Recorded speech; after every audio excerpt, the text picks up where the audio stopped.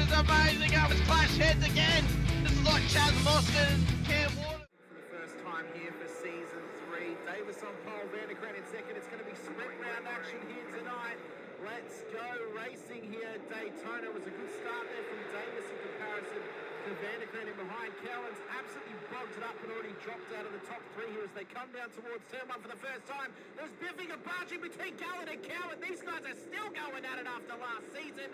They survived for this time by though. Through turn 2 and 3 they come. Nice and clean, boys. Keep it up as they come up to... I love riding. It's a real social thing. There's a great bond between riders. Every weekend I look forward to getting out there. It's a freedom like no other. Riding to work is a great way to start the day.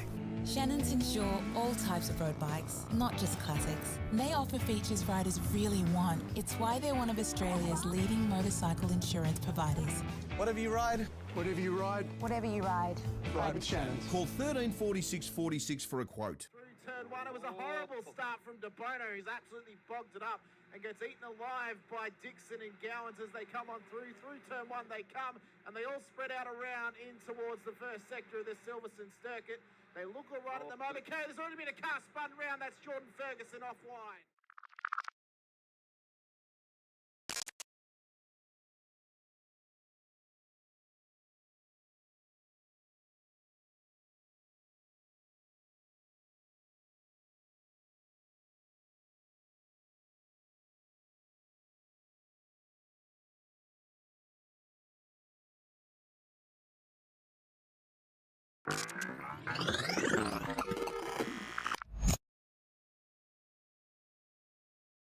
Is green at Road Atlanta here as well. Faulkner did get away. De Bono is tucked in as well. Unfortunately, Houghton is on that outside line. De Bono does want to turn it to turns. He's got the job. De Bono's overtaken. Now can he get Ben Faulkner up through turns 2 and 3? They go round the right-hander, dropping down the hill. Faulkner's out in front. De Bono second. Houghton third. Ratcliffe in fourth. No real dramas going into turn 1. We've always had a few cars. They're all special. The T-Bird. Oh, that's mine. The Combi for when we want to get away. The XR8. It's going to be a classic. They're all insured with Shannons, We've also got Shannon's home and contents cover. which helps protect our automotive collectibles, tools and memorabilia in the home and garage. If you're motoring enthusiasts like us, it's got to be. Shannon's. Shannons, insurance for motoring enthusiasts. Call 134646 for a quote.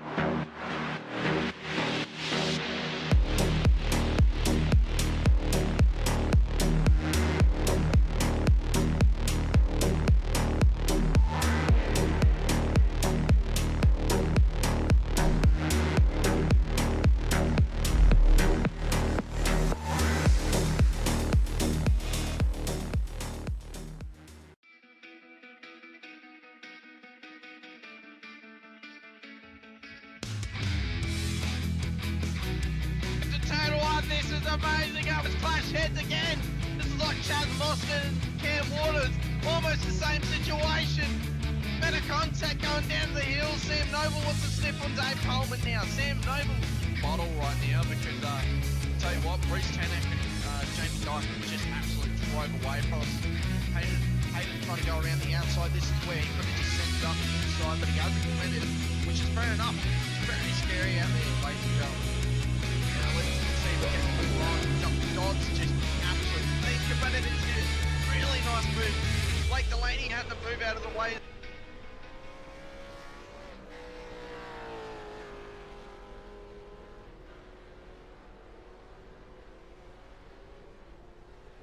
Good evening, good morning, good afternoon, ladies and gentlemen, and welcome back to Sim Racing World TV. Welcome in to the Wild Round Tours V8 Supercars Series for the final round of Season 4 of 2024. Out at Sandown here for a nice preview of the Sandown 500 this weekend. I'm your commentator, Hamish Munro, joined as always by Steve Sinkovic. Sinker, it's a big week ahead of us this week. It's a big, 11 or 8 days really we've got ahead of us. Tonight we start that run, Sandown, final round of the championship. There are 3 drivers in contention, Jamie Davis, Angus Lawford, Brandon Levin, and everything is to play for in terms of the Pro-Am title race. And this is going to be a good, not only a good test, but a good practice for a lot of these drivers here tonight who'll be taking place in the 500 this upcoming weekend. Yes, it's going to be a spectacular couple of days, mate. I'm really been looking forward to it, actually. And so a lot of people, I've had drivers reach out to me, sponsors reach out to me. It's going to be pretty cool. Now, you said that was who was on your list of the 3 capable winners? There was Jamie. Yeah, Angus, Jamie, and Brandon, but also Blake Fitzpatrick. I just remembered that Blake Fitzpatrick. Oh yeah, Fitzy. So Fitzy's still in with a chance. Levin's with a chance. Jake Edwards in with a chance, and an outside chance is Weston. Yeah, but he's quite a few points back, so he would need a it would have to fall in a certain order, but even he's got a chance as well. But but the top 2 contenders are really Jamie Davis and Angus Lawford, and Fitzy sitting in there just behind them. For Fitzy to win, Lawford would have to be 4 positions behind him, and Jamie 8 behind Fitzy. So it's there's a few scenarios that we can go through and chat about. But what's the track temperature today? Melbourne's been a windy, gusty day today. A lot of sunshine, a little bit of drizzle down your side of the country. Yeah, it's apparently quite cold in good old Springvale here in Victoria. 92% humidity. So if we had rain, we'd have it for this race at this stage. Gen 3 next season, we will have rain in these scenarios, so that's one thing to look forward to. Yeah, Gen 3 is confirmed, and every single new car that comes out on iRacing gets the rain. It's the rain, nice. But at this stage, now we'll have to hear the whinging of the rest of the half of our drivers. So one half of our drivers, the 86s and the Super Formula Lights, whinge when it rains, and now we're going to have to listen to the V8 drivers who make up 50% of our drivers as well. They're going to be having a proper sook about that, I think. But you know what? Deal with it. Bit of water never hurt anybody. For our AM Championship as well, Sinker, it is hotly contested between Jeremy Bush, Brett Taylor, and Mitch Noble. Andrew Rushworth's a further 68 points back, but again, he's pretty much out of contention. But Taylor within 64 points of Bush, he could get it done. I think it's probably more on Jeremy's side at this point to win it. And then it's kind of between Mitch and Brett on who would finish in P2 at this stage in the championship. Because, 64 points doesn't sound like a lot, 4 points per position. It's still a lot of spots that he has to beat Jeremy Bush by to win that title. Yeah, I think Jeremy's pretty much got it in the bag. It would have to be a disastrous round for him. It can't happen. No, that's right. But I'd have to go hardly. It'd be hard for me to choose with Mitch and Mr. Taylor, because we're both big fans of Mr. Taylor and his personality and what he does and how he races and how much joy it brings to his heart when he gets up on the podium. And with me and Mitch, obviously a teammate, and good to see him succeeding and having a good season.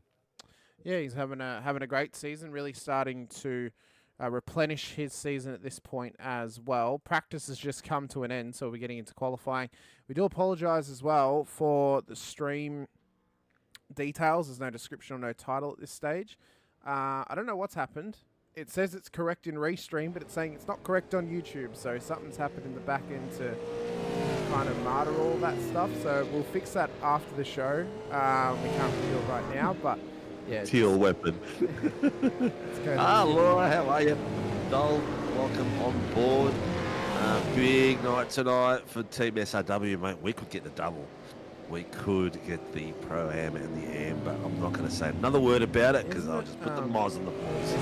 Interesting. We get to the end of 2024. It almost feels weird having Jamie Davis actually in contention in the last round.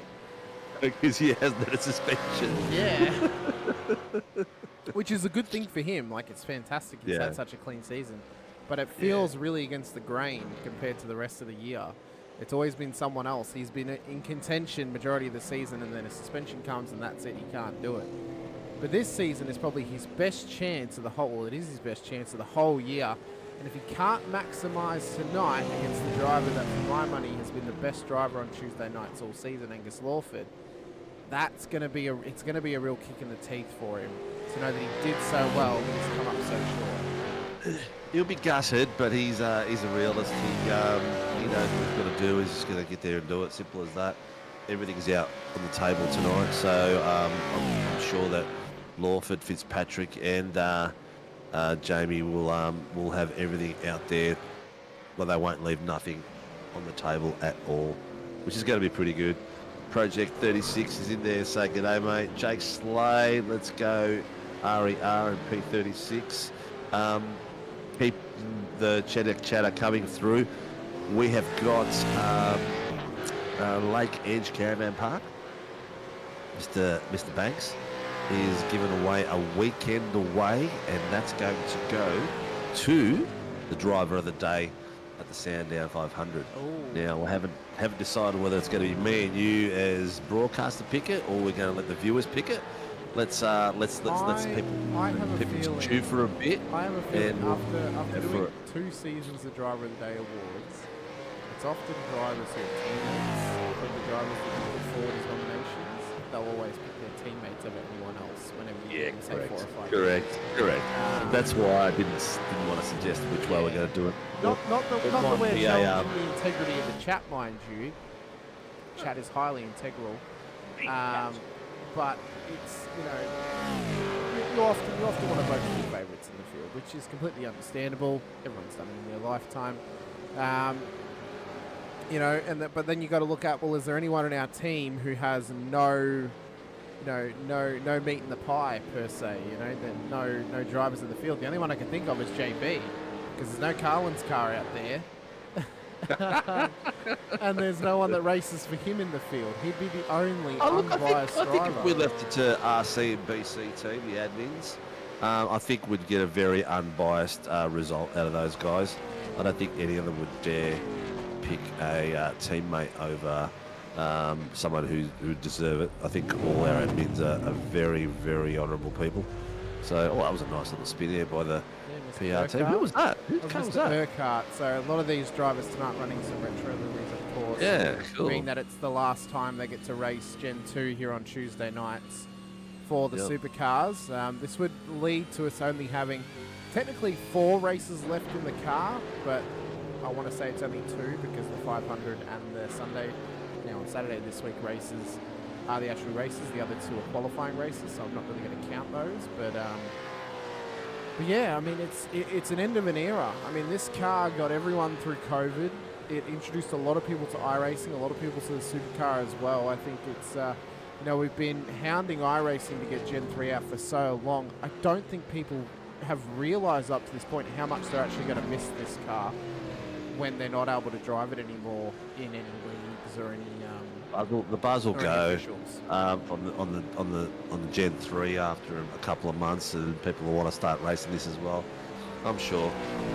It's actually one thing I just noticed now. I just had a look at there's well over 30 drivers there in the lineup for tonight, and it's really special for these drivers to be out in such big numbers, being that there's 2 championships on the run. And it's the last race of the series. Normally in any series of any league, you generally get the last round is Probably not that many cars left because there's not many people fighting for it, but this has been a spectacular turnout tonight. Really, really good. So hats off to the lads for all coming out and having a bit of fun. Oh, Pato, he knows how to get on my right side as Lawford has gone round at turn 4, saying your mic is a bit low, Hamish. Can't quite hear your sparkling dustle tongue. Ulster toes, I think that is, mate. It might have just been because I wasn't talking too loud, Pato. But still, Yeah. But yeah. I mean, you know, I think what also comes down to as well is the fact that this is actually good race practice for Sunday. One thing a lot of drivers are going to have to remember though, and I say this on air because I'm sure quite a few of these drivers will watch this back tonight, is on Saturday, and we'll talk about it more in the booth on Saturday and Sunday as well, is that you cannot win it at turn 1 of lap 161.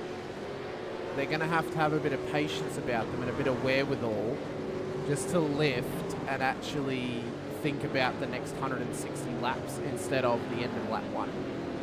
And actually be patient about making their moves and be patient about not taking those low percentage moves as well. Yeah, I think you go into an enduro with a different mindset. Not that I've raced a long enduro, but like when we've raced our enduro formats, everyone seems to be a little bit calmer. The adrenaline's not rushing. It's not a rush to the end. It's sort of like, all right, get ready. Everyone's heart rate's a little bit lower, and it's sort of like, right, I've got to make it through, I've got to keep it clean, and that's one of the things they're all focusing for in the first few laps. Got to make it clean, got to keep it get through. Watch out! They're all watching out for incidents to avoid hitting them in case someone else has a spin as well. So they're all watching out for all these things to happen. So I'm thinking the start's going to be fairly clean and smooth. Well, I'm hoping that my gut tells me that. But yeah, look, it's just a different mindset. I just want to remind you as well, your gut also said that Gen 3 wouldn't come in next season, and that's already been so, well, it didn't come out for season 4. It didn't come out for season 4. Everyone said it was going to come out season 4. Yeah, and then but then they said it only just missed out. Should have, but it just missed out. If you miss out, you haven't achieved it, have you? So it didn't happen. But it's there for 2024. So the conspiracy theory is over. For 2025, I should say. The conspiracy theory is over, and it's coming to light and coming to fruition, unless something drastic happens at iRacing. We will have the amazing cars next weekend, and for all of you V8 Supercar fans, keep an eye out on our socials. We will be having a Bathurst race next weekend, not this weekend coming, the following weekend after our Sandown, and people can come in and have a bit of fun. We'll have it open to the field and just get in there and enjoy it. Yeah, just cut some laps and get used to the car, pretty much, and just have a bit of a laugh. You know, as a bit of a Christmas do.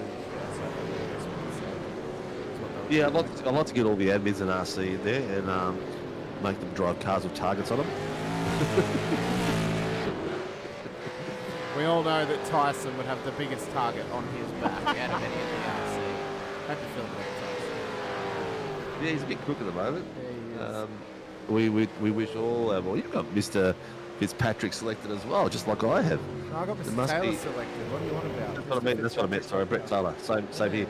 He is our fan favourite, isn't he? He is. He really is. I mean, he's. You know, I mentioned in our little spiel in the Discord about moving over to Gen 3 next season that this car's brought us some cult heroes. Brett Taylor is probably number 1 on the list for cult heroes in Tuesday Night Supercars. I mean, can you think of anyone bigger in terms of someone who hasn't quite done it yet, but we'd love to see him do it? Yeah, look, he has been the underdog, and as it's a natural instinct for us Aussies. We love underdogs, and then we kick the shit out of the people that win. It's just the way it is. Harry Dodd's 24 lap at Bathurst, sinker, 60% fuel load would be fun. Yeah, 24 lapper, yeah, maybe even more, mate. 161 laps. Solo. I'll be happy to churn them out. My wife's phone is going off behind me. I don't know where she is. She's supposed to be working. But I hope none of her co-workers are watching in and hearing that she's not working at this stage. I don't think any of them watch us at the moment. There's one or two that do. Angus Lawford, a 107.176. A nice tidy lap, his last lap. Blake Fitzpatrick sitting in second with a 107.392. Jamie Davis, 107.408. Edwards, 107.447. Urquhart, 107.549. These times are really close, man. Levin, 107.638. So we haven't even got a second yet. The second timer goes all the way down to Jacob Traynor in 13th. Wow. That is unbelievable. Actually, even Jacob's is under a minute. It's Rushy. Rushy is the first car over a minute gap from the top, so he's in 16th place. That's pretty spectacular. Boys are doing well. That would be incorrect, Sinko. Why? Lawford's done a 107.175. Taylor's done a 108.254. So he's the first one to go above. Oh, so he is the first. Yes. Oh, did he just? All right. No, that's because he just hit that lap. Rushy was the next one. Yeah, he was. Taylor's last lap was a 108.76. You have to point that out to the viewers that are making a mistake. They won't know. I'm always going to do. All they have to do is read the timing tower. Greg Brooks. But not even got it on their screen. You get the timing tower? No, of course you don't. Greg Brooks at this stage, 107.76, has just found himself inside the top 10. I don't believe he's raced at all this season, Sinker, but this is good race practice for Greg Brooks of RER. But this is good practice for him for Sunday's 500, which he will be a part of alongside his teammate Jake Slade. Blake Fitzpatrick has just gone top of the timing sheets, a 107.15, so he's just tipped the scales ahead of Angus Lawford. Jamie Davis, P3 in this session with 3 minutes to go. They will have over the 15 minutes to finish a lap. In this session here tonight, they have 15 minutes to start a lap. If they start it before the 15, they will be allowed to finish it. Jamie has to Jamie really goes top with a 107.09. Oh, nice. He just needs to follow Lawford. As long as he finishes one spot behind Lawford, he wins tonight. Well, even 3 spots. He's, 15 points ahead of him? So he just one spot. What's he got? If Lawford wins... He's 12 spots ahead, so he needs to finish within 2 positions. And gets past a lap, Jamie has to finish third at least. Yeah. Yeah, to win. Yeah. No, actually, no. Lawford will win it if he gets the fastest lap. No, because that's within 2 positions. Yes, correct. So it's because fastest lap is worth 1 point or 2 points. Yeah. It's very tight. It is indeed. Tighter than an biscuit jar. Yep. So Davis is now gone top of the timing sheets at this stage, doing everything he needs to try and win this championship here this evening. It'll be his first in SRW. It'll be the first championship that SRW would win as an overall across the whole field. This will be the first time they would finish top of everyone in the field. We haven't won a title yet. No, we haven't won a title yet. No, not at all. Dean has won the... not as the outright title. Dean won the AMS season as an outright 2. driver. But as an outright championship for the series, no, we have not done it. Oh, bit of puff of smoke there in that car. A little bit of an off track there. The Revolution e-racing machine. His teammate Kurt Nommensen not out on track tonight. He'll be partnering with Shane Randall in the Sandown 500 and an Infinity RER combo entry for that race. We had a team pull out to notify us today. Who did you say? Velocity, yes, correct. Dougie and DeBono. And I had Billy Mole reach out and say, look, can we fit the spot? And I've said, yes, you may. So Billy Mole is, I think he's with Jack Anderson. Jack Andrews. Jack Andrews, yes. Yeah. I think they're going to be partnering up together. So they've taken that spot that's come up. And the other team that is out is the former DK team. Yeah, which so they're had also out Jack as well. Andrews in that seat, and then he left the team. So he still gets to drive at the 500, but now with Billy Mole. That could actually be quite a dangerous combination, Sinker, to maybe get a top 5. They are very good. Complete Billy Mole. Andrews has got some quality pace about him. If you would have said that to me season 1, I would have said, yeah, Billy Mole. Not really up for it, but now after seeing his progression this year, from the first season all the way to season 4, he's a different driver. He's got so much more pace, so much more consistency, and Jackie's a decent driver as well. Yeah, he's a decent driver. He got the pole at Mosport last week ahead of James Scott on Sunday night. Like, the only reason he probably didn't finish in the top 3 was because he was taken out lap 1, turn 1. Like, that's literally the only reason why. As the 15 minutes is up, so times are getting finished now for some drivers. Peter Pavlovic on the back straight at this stage. Jeremy Bush has just gone off track, so his lap will not be bettered. Jake Edwards has gone P4. Rare grid starts, but I don't know who it is. No, there isn't none tonight. No. There is none tonight. No rare grids tonight, so everyone is on track and ready. Oh, what the hell? What has happened to Jakey there? He's just sent into the pit lane. Pato asking where is Parker, curled up in the fetal position listening to Adele. He's licking his wounds of a decision to not race in SRW for the rest of the season, it seems. So, yes. That was unusual because you don't usually be able to, you can't usually carry that much pace into the pits. No, that was weird. It was like he was almost magnetised to the wall. Yeah, he virtually hit inside a pit lane, inside a pit bay, I should say. So Jamie Davis will claim the last pole position of the season, Sinker, here on Tuesday nights. A perfect way for him to start his championship challenge for the end of the season, and possibly his only championship of the whole year. Yes. Yep. Well, he's been up there. He just hasn't quite managed to put his foot on the top step through drivers' incidents and stuff like that. Here we go. Stefan is got the boys already warming up, so we can go through the grid. And that grid will be as follows. Jamie Davis will start pole position ahead of Blake Fitzpatrick on the front row of the grid. Angus Lawford and Jake Edwards will start inside the second row of the grid with Brandon Levin in P5. The top 5 in the championship start top 5 on the road here this evening. What a championship battle we're going to have. What a crescendo for this season. Urquhart, who was a revelation last week, starts at a P6 ahead of Michael Schroeder and John Gallen for the top 8. With Greg Brooks starting on pole for the AMS in P9 with Mick Clifton inside the top 10 as well. Peter Pavlovic and Jeremy Bush, they will start on the 6th row of the grid. So move back to Troy Dooley, Andrew Cowan and Jacob Traynor for the top 15. Brett Taylor will start P16 ahead of Daniel Clutterbuck and Mitch Noble. Andrew Rushworth and Brad Hayes will make up the top 20 for an all Apex Esports League 10th row of the grid. Josh King and Scott Weston, they'll make up the top 22, and Marty Hughes and Brad Mays for the top 24 cars as well. Tyler Sheaf, Shane Newens, Martin Lipsky, Di Feldman, Stephanie Piccoli, Brad Anderson at the back end of the field, Callan Hodgkinson, Sean Rigby signed up for the session. Not sure if both of them are racing. I don't believe Sean is. He put into the chat that he wasn't, unfortunately, but yeah, Davis claims the final pole position of the year. And look at this scene. 686.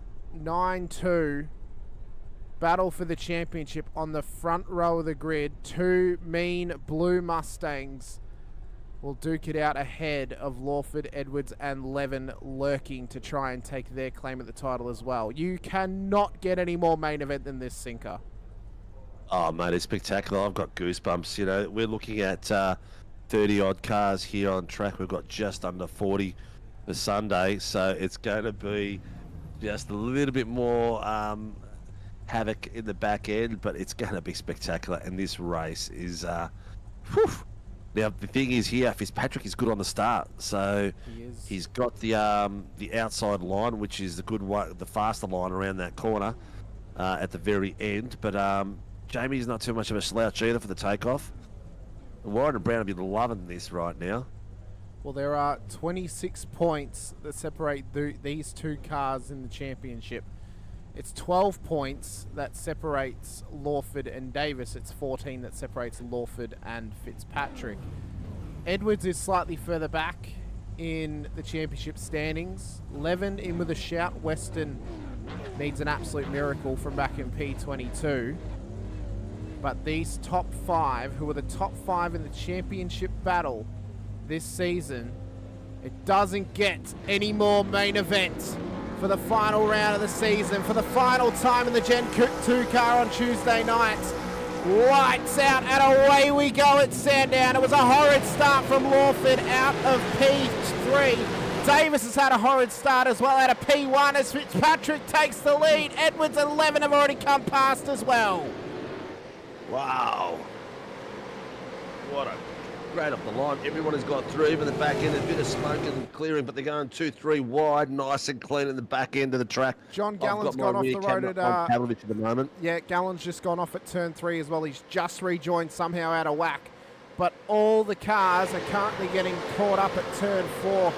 Heap of biffing and barging. I believe it was Cowie who had a poor run out of their big rear wiggle. Lucky to not get taken out as Edwards is putting the pressure on Fitzpatrick. Levin now gets past Urquhart who crosses Dandenong Road. Davis needs to be careful up the inside, gets the job done. Schroeder's there as well. Urquhart there, he's lost a lot of pace. Yeah, he has. He had to cross. He had to cross and give up a slowdown through Dandenong Road, so that's why he's given up so much pace. But at this stage of the race, Sinker, start of lap 2, Fitzpatrick leads to Edwards, Levin, Davis, Urquhart, Schroeder, Lawford, Clifton, Bush and Brooks for the top 10 at this moment in time. But Edwards is right there with Fitzy. Fitzy, though, has to hope and pray that Davis ends up back towards the back end of the top 10. Well, anything can happen. It's a long race tonight, and we know that seasons can be shattered and created on the last race of the season. We've seen it all before with guys having crashes and guys that we expect to really dominate. Something happens. Have a look at the Australian Open World Nationals last season with De Bono leading for a majority of the race, and then oof. Oh. Well, we can see as well, Edwards is just happy to hang out behind Fitzy at this stage. Save a bit of fuel down the straight, work together to build the gap over Levin and Davis, who you know will be working together as teammates to try and chase you down. Lawford, well, he pretty much just has to pray that the race goes his way over the next 57.5 minutes. Start of lap 3, though, Fitzpatrick still leads the way. Further back, there are some battles still occurring. Have you actually shared your screen, Sinker? Oh, yeah, I have, mate, I have. Yeah, so at this point, you have not yet. Yeah, I have. No, you're not in there, Sinker. You're not in there at this point in time. Just double check that. Double check you joined the right one. With at the moment, Fitzy's got one thing he's got to look at. So he needs to beat Lawford by 4 positions and Jamie by 8 positions, and then he wins the title. So he's still in a chance if he just keeps it clean and keeps it at the pointy end. He needs Davis to drop 4 spots, but coming past his teammate, if Levin lets him go, is not going to help Fitzpatrick's hopes and dreams of a title at this stage. There is still a long way to go, but blinking for Jamie Davis, that's not going to help him either, Sinker, and your heart would absolutely break if the title would get ripped out of his hands by way of an upload packet loss issue for the 9-2 car. Well, don't say that, because that could happen to anybody. What a way to finish the season that would be. Further back in the field, we've got Traynor currently chasing down Greg Brooks, who's just behind Peter Pavlovic at this point in time. This guy's still battling outside the top 10. Oh, actually, Pav is in P10. So this is the battle to get back inside of the top 10 at this stage. There he is, Mr. Pavlovic. I saw him with a beer before the race. I wonder if he's got himself a refill, knowing this is a 60-minute affair, and, well, he may need some hydration sessions all throughout, because this is a tough old circuit to go racing around again, not just for 60 minutes, but 161 laps, which we'll be doing this weekend. Good practice for Pav and other drivers out there who could be competing in that race. Yes, look at them go. All right, they're settled in. We're at lap 4. We've had no safety car, no major incident. Jamie Davis has just set the fastest lap of 107.672. So we have got Blake Fitzpatrick 2/10 ahead of Jake Edwards, Jamie Davis in 3rd. Blake Urquhart in 4th, Brand Levin in 5th, Angus Lawford in 6th. At this current position, it would be Jamie's title to win, but anything can happen. Blinking could happen. Anything can happen. Internet issues or a back market can hold you up. A speeding and pitway penalty can hold you up as well. Ooh, we saw it happen with War Boys. Exactly, yeah. couple That's of weeks one of the ago. more experienced drivers out there. It can happen to anybody. On board now with Davis once again, top at turn 4. As he now comes down the back straight. Such a fast section of road. You just got to hit your marks around here. I mean, he should know by now the position that he's in is good enough for the championship. He does not need to push too hard to chase down Edwards and Fitzpatrick.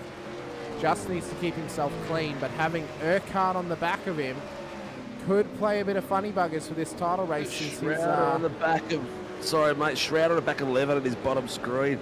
He is breathing down his neck like crazy. He's getting out of the corners a little bit sharper than Levin as well. He's putting a hell of a lot of pressure on here. Ultra and pressure being applied by Michael Schroeder. We'll check out what happens. Levin has called something in before I started my chitter chatter, so there might have been some bit of nose to rear contact or something, but these boys are just having a great old run. Some really nice liveries there too. Look, loving that livery. Of Blake Urquhart or of yeah. Peter Pavan looking at it currently on your screen. The only thing I can really see that Levin may want to call in is maybe Yeah, it was a race incident. pass. See what they thought of it in the RC booth. Getting on road, locked it up. Urquhart came around the outside. I mean, there's nothing that happened in that, so I don't know.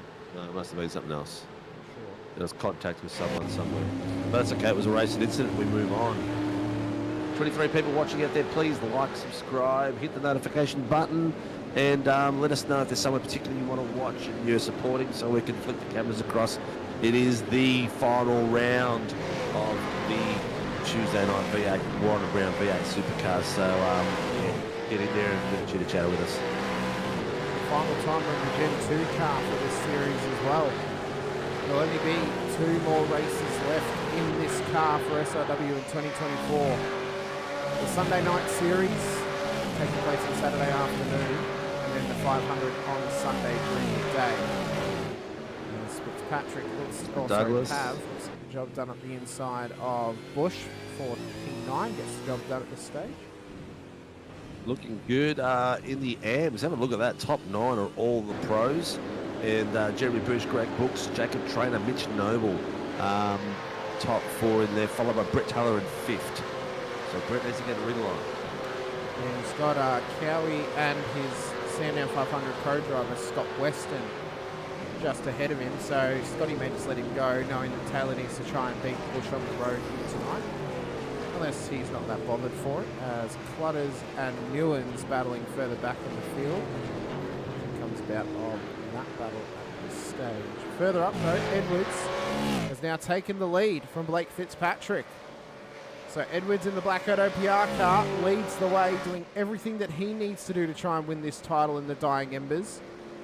Fitzy needs to hope that Davis drops all the way down to P10 if he hopes to win this title here tonight. Yeah, he needs Edwards even. He needs to be 8 positions ahead of Lawford, 10 in front of Jamie and 15 in front of Fitzy for Jake to win it. So he's in the formula. And it's a long, long race, so anything can happen. Anything can happen, and no safety cars just yet, but anything can happen, especially up at 2, 3 and 4 Sinker, where we've seen time and time again someone catch way too much curb, front end into the wall, blown engine, and a safety car gets called. So it could happen. We've seen a lot of blown engines at this track. Yeah. We've seen especially that double S coming from the Dunlop at the very end. And people, over anticipate that braking area and click, click, click, click, and then pop, boom.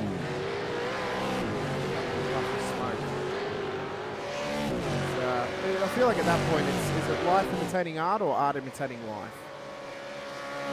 Imitating life, mate. I'm sure there's a fair few boys that have gone and just let the juice come out of that engine. It was actually quite interesting then seeing that photographer standing on the boundary line taking photos. I've noticed one that close. But on this track, you can actually see them really clearly. Yeah, the closest I've ever gotten at Sandown to taking photos is at turn 1, just across so there's obviously the regular fence, which is like a track edge. And there's like a catch fence, probably about 10 or 20 metres away from it. I've been at that catch fence taking photos at turn 1. So you actually have pretty good visibility of this circuit not so much up on this side, like up at the top of the hill and for the back straight, because there's an actual road on the other side of the fence there, but every other piece of track you can almost get nice and close to the front. Yeah, I've got mates who used to sneak their full esky of beer through the fence and then go and pick it up once they got themselves in. They knew it that well. They knew exactly where to put it. Anyway, looks like Levin settled down a little bit in that bottom screen, and he's starting to gap out on those boys a little bit. I will go down the back here a bit. I'll go down to Brad May. We mentioned the fog singer pre-show, saying, "Oh no, it's not foggy again, isn't it?" I said, "No, it's away from the track." Well, the fog's starting to roll in now, so we spoke too soon on that one. Yeah, I'd say it's because of the weather. It's looking pretty dark outside already around here. I've got the camera there on Brady Hayes, and he's got a little bit of pressure there coming from I went to Hayes instead of Mays. Yeah. Brad Mays, of course, will be racing alongside his co-driver Elise in the Sandown 500 this weekend. I have also now, Sinker, done and uploaded every single livery that needed, or every single livery that was put in to have their window banner put on. I have done and uploaded. If you have not put in your livery yet for the Sandown 500 into the window banners channel, please do. Please do put that in there. It makes my life and your life a hell of a lot easier if I just do the banner for you. Or you can DM it to me. If you can't post it in there, just DM it to me. Yep. Or, DM me, ask my email address, you can email it to me as well, and I'll get it back to you before Friday. Yep. So Mays has got Di Feldman chasing him down, and behind her Stephanie Piccoli. So teammates for the Warren and Brown Sandown 500. Yeah. Holy. Are we going to call them the? I wonder if they're racing in a Holden or they're racing in the Commodore, and the name of their team is Slick Chicks Racing. Slick Chicks. We can't call them the Iron Maidens because it's a Commodore. There's nothing giant in that thing. What do you mean? There's a heap of iron in the oil pan and the engine blows. Yeah, they're all plastic, those things. Anyway, enough bagging the Holdens out. They don't exist. Anyway, there's a couple of battles that... the fact that your best duo that you're fielding in that race is driving in a Commodore, mind you. Oh, I know. You don't know how much that hurt. You got no idea. How much swindling did you have to do for Josh King and Brad Anderson to drive the Mustang in that race? No, they were quite happy to drive the Mustang. Yeah, they're quite happy to. Yeah. The other battles that are really, really tight at the moment is, Marty Hughes is on the back of Ewanson with Josh King, so they're having a great little tussle. Mitch Noble's got Jacob Traynor, Scotty Weston, Andrew Cowan, Brett Taylor, John Gallen, Greg Brooks, all hunting each other down. So there's like 8 of these boys, nose to tail. You've got them on screen now, and they're just going through the paces. One of those makes some mistakes. He's going to be down the back of the track. That's how close the field is. Very, very easily. And I mean, just the time alone to actually get the car spun round and facing the right way again, or dealing with a slowdown. It's such a slow lap. If this thing goes green, right, for example, and you have to take a stop, and it has to be a repair stop, or you need to serve a stop hold, you're going a lap down, like very, very easily. It's only 1 minute and 7 seconds on average for a lap time. It amazes people how easily they can actually go a lap down here. And that's probably one of the things as well the drivers have in their mind for the 500 is how easy can I actually get out a lap, and how easy is it going to be for me to get that lap back. Because they're going to have to rely on the safety cars for that stuff. 100% correct, mate. 100% correct. The Jakey Edwards is gapped out Fitzpatrick by a full second. Jamie Davis is at the moment about 9/10 on the back of Fitzpatrick. Urquhart nearly 2 seconds. Lawford 5.5 seconds. So I'm not sure if Lawford's going for a strategy. But the good thing for Team SRW is that Brandon Levin is behind Lawford. So at some point, if he needs to, do the team thing and race Lawford, he can. Oh, someone in the back corner has gone out. Looks like an old Valvoline livery. Oh, that was probably Brad Hayes, if it was anyone, because I believe he's the only one in that car. Although he's still rolling, so I'm not sure.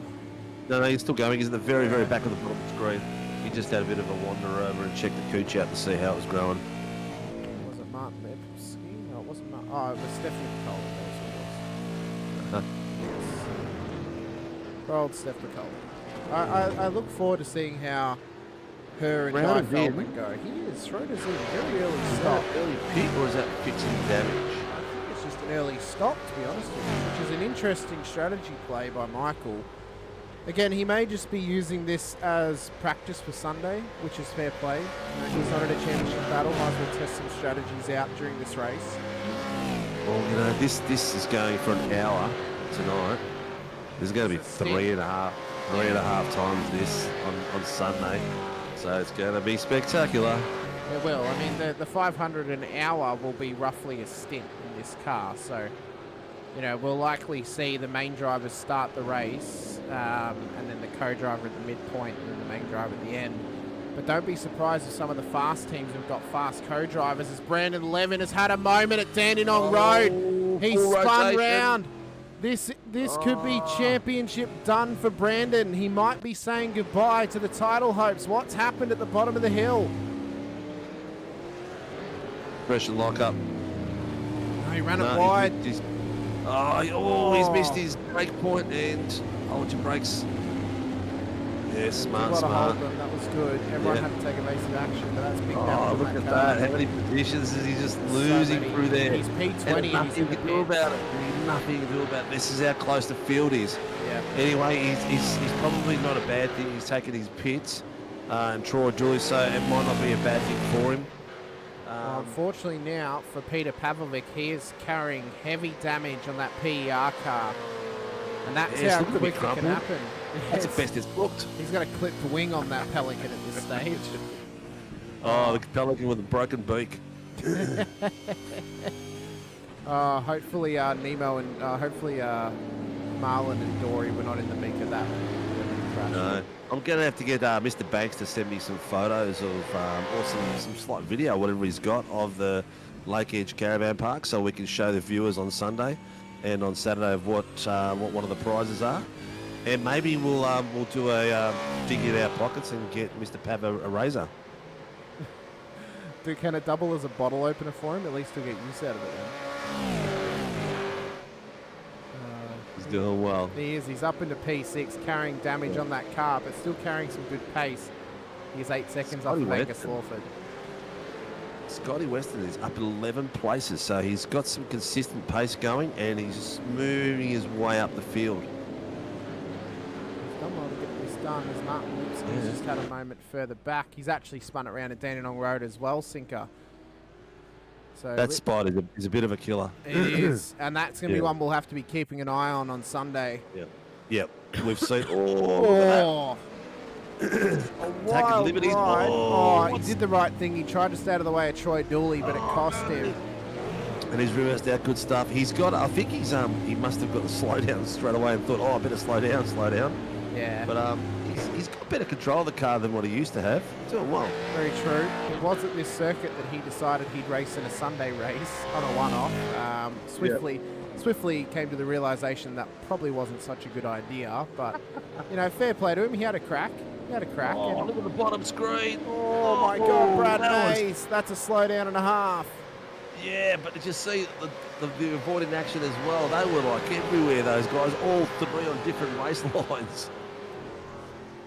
Crikey. The bearded pelican. Yeah, the bearded pelican. Oh, that's his new name. I hope that goes on his hand car. him some Chivap and some Valakia, he'll be right. Oh my God. So Fitzpatrick has now taken back the lead in this race after chasing down Jake Edwards. Davis is all over the back of them. Lawford a further 8 or so seconds back. What's actually worked out there for Jamie Davis is his teammate Brandon Levin is still right behind him, but he is now lapped down, unfortunately. But he is right there to help give support if he has to. He is. So it could be a good thing if strategy goes the wrong way. If a safety car comes the wrong way, he might be able to there and do some slowdowns for him. As long as it's all within the rules, it's all legal. We've seen it done before, and you never know. It could be very. It could be something that benefits him.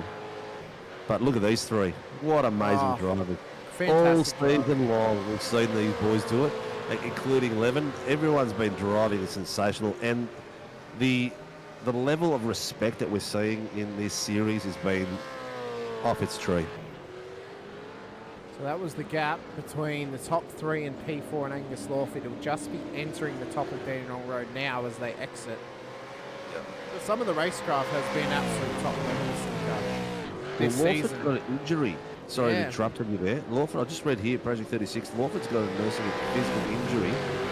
He can pedal the supercar but can't walk. Wow, we'll have to get a bit more details out of him there. There's that photographer again. What were we going to say, mate, before I rudely interrupted you? I was just saying there's been some phenomenal racecraft this season here on Tuesday. Some great battles as well. Now, yes, there's been there's little negative moments, but there's always negative moments in racing. Hey, it doesn't matter what it is. It's got to be. Yeah. You got these boys aren't real racers if they don't get upset about an incident. You know, that's what it's about. They all wear their hearts on their sleeves. They're all very passionate racers, and it doesn't go your way. You come off the track and you're fuming. Here we go. Look at this moment down here. We've got Gallen. Greg Brooks gets it done around the outside of Gallen. Good move there from Brooksy to get the job done. You mentioned he's racing in the 500 alongside Jake Slade this Sunday.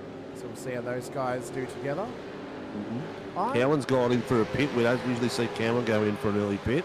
Yeah, We're at 20-minute mark, so he's definitely not fuel saving tonight. He normally tries to go for the one stop. So yeah, I think he's seen the last two runs. When he does that, his pace is not strong enough because he's doing too much fuel saving, so it's costing him too much time. Fitzy's in as well. Ooh. So he's coming early. Interesting. Yep. Be interested to see where Levin comes out compared to him at the moment. I reckon, Sinker, for the 500, we should have an award for a surprise top 10 finish. Someone that we did not expect at the start of the race to get inside the top 10 to get into the top 10.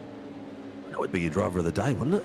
Not necessarily, because driver of the day doesn't always have to come from the driver who's gained the most positions. It could be someone who's had a very, very consistent run, who's had a tough run of getting into battles, or even a comeback kid sort of a sense of they've been crashed out lap one, had to take a repair, goes a lap down, and then comes back to finish inside the top 5 or whatever. There'll be. Well, look, we've got plenty of stuff to give away. We'll just chuck through the list because we want to give it all away.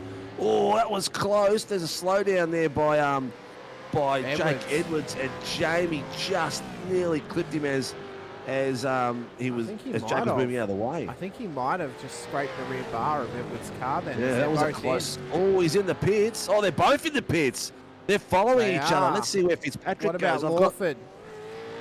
Lawford's staying out. He's going the alternate. So I have to wonder if this is the fuel limit sinker. We're guaranteed 2 stops tonight. Maybe. Fitzpatrick is on my lower camera at the moment. On the screen, your viewers can see it. He's coming up to Dandenong now, is he? He's just come out of Dandenong Road. He's coming up to the final couple of corners. Yep. He should come back out in the lead. Clifton has just come past. He stayed out, as is Urquhart. Here we go. Oh, look at this. Oh, it's going to be a fast run. Fitzy's going to get him. He's got him both. Come out. Nice and close. And he's actually gapped him. He didn't. He gapped him a bit, but not as bad as we thought it might be. At the moment, he is. Where is he? He is just 5/10 ahead of. About 1.6 ahead of Davis. Yeah, 1.6, which is not too bad. But yes, he did well. How long was he on the? He was up there for 21.5. Jameson on there for 21.9. Edwards 21.6. So they're all not too far off each other. But that was just track pace. Fitzpatrick's track pace coming off that was sensational. Probably didn't help that Davis got caught up by, that little incident they had. That little incident they had with the slowdown. That probably held him up slightly. Yeah, that would have cost him a little bit. Yeah. Mick clipped in. Yep, as we expect Urquhart to also come in as well. We expect Fitzpatrick to come back out in the lead. No, Urquhart's gone again, so he's going long. Oh no, Urquhart came in on lap 16. Wait, what? Okay, so Urquhart came in on lap 16. He took a shorter stop. So he is in the genuine lead, but he should drop spots in his next stop because it will be slightly longer. Yeah, correct. It'll be slightly longer, and he'll be in 3 laps earlier. Where's Lawford? Lawford is sitting in 6th, so he's 3 places down at the moment. Still looking very, very good. Scotty Weston up 9 places. Mitch Noble up 8. Up 9 as well now. Mick Clifton has, obviously, I think he just came out of the pit, so that's how those guys have done that. Is everyone pitted now? Yes, they have. Everyone has pitted. The earliest pitter was Michael Schroeder on lap 13. Anderson on 14. Yes. Yeah, Brad Anderson on 14 as that well. Was, I think that was for an incident. Oh, Clifton's off track. Oh, he is too. Somewhere. Yeah, up at turn 3. Oh, he's... How did he rotate that? I don't know. We're about to find out. So what has happened to him? He had Jacob Traynor in behind him. Oh, clipped the curb. Bit of wheel spin. Hello. Was he bounced back? Oh, no. Oh, he just flick spun it. Good job. Yeah, he got that real nice. Real nice. What number is Mickey Clifton? No, 302. There was another couple of numbers called out that was a racing incident. I don't know what it was. We'll have a chat with race control, all those sort of things with the NFA. We'll want them on screen for Sunday so that we can clear up any conversations and chitter-chatter during the day. No doubt people will be wanting to get shitty and all that sort of stuff and things happen on the weekend, and we'll be there to diffuse the situation, Hamish, on broadcast. We will indeed, and the best diffusion that we've got is timeout for 24 hours if you want to have a look in the chat. So, I'll tell you what, John Gallen's having a cracker tonight. He's chasing Greg Brooks down with Rushy behind him and Brett Taylor. So those boys having a bit of a chin wag down the back. I might switch that across. Bumped that by accident. A bit of a chin wag down the back. Are they chatting through the window? Oh yeah, I think they are, man. They're just cruising it back there. I can't find Greg. Where is he? Or is Greg Brooks? So you just reminded me of something. One of the best things, well, one of the funniest things we used to have when we first started racing and iRacing, specifically in the supercar, because obviously you have the text messages you can put up on screen. Yep. We had middle finger outside, or middle finger out the window as one of our presets for a hit and press button. So that's what we have in the supercar during the officials. Nice. Nice. Still run it every now and again in the Pro 4. So Davis has just gone fastest the last lap, 107.63 out of the Team SRW driver. To win the title, he just has to gain one more position over Blake Fitzpatrick at this stage. For Fitzy to win, he needs Davis to drop down to P10 on the road. He needs Lawford to drop down to P8 on the road. For Lawford to win, he needs to finish 3 positions ahead of Jamie Davis, and he'll win it on countback with the number of wins he's had this season over Jamie. We're at the 28-minute mark, so we've got 32 minutes to go, and no one is slowing down at all. Bottom screen having a great little battle there. I think I might move the cars one forward there to Traynor and Weston. Weston is in the front of this very pack, and the boys are having a great little crack there. There's 1, 2, 3, 4 cars, and then there's Brett Taylor and Brad Hayes just behind them as well with Rushy. Such great battles all throughout this season. If you are going to be racing with us next season and you're in the chat and you'll be racing the supercar, let us know what side of the fence you'll be on in the Gen 3 car. Will you be racing the Camaro or the Mustang next season? We want to know. It's a question we'll be asking on Sunday when we interview some co-drivers mid-race. So let us know. Are you going to be in the Camaro, or are you going to be, in my opinion, the better-looking car, the Ford Mustang? Yeah, she's going to look juicy. The paints aren't out yet, are they? No, it will not. You won't be able to do paints until the actual day the car releases. I wish they would release paint templates at least a week early before the actual car comes out. Yeah, that'd be cool. Then people can have a play with them and dream about it. Exactly. That would be the proper marketing tool. The toughest part though would be you couldn't actually check to make sure you have things lined up properly because you wouldn't have the car model to test it. Yeah. So you'd be all by eye. Jace Douglas is going to be going with the Camaro next season. Very interesting. Ooh. Some of the renders I've seen Well, of the Camaro. Davis just got past. Yep, he's What got happened past. then? I think he had a little blink. I think that was what it was. One of them blinked and Yeah. made it look like someone's gotten past. But Yep. yeah, I saw a render of the Camaro. It looks better as a render than it does on TV. So I'm hopeful that it looks better on iRacing than it does in real life. That battle pack of Rushy and Brett Taylor are slowly catching Gallen and those boys, and that's got behind them is another massive pack of Hayes, Pavlik, Levin, and Clutterbuck. So there's going to be a huge pack there soon. Oh, look at this on the inside. Have on Hayes. Job done. Nice oh, blue. not quite though. Hayes is coming back. Oh. He's been run wide. Oh. Through comes Levin. Here's Clutters as well.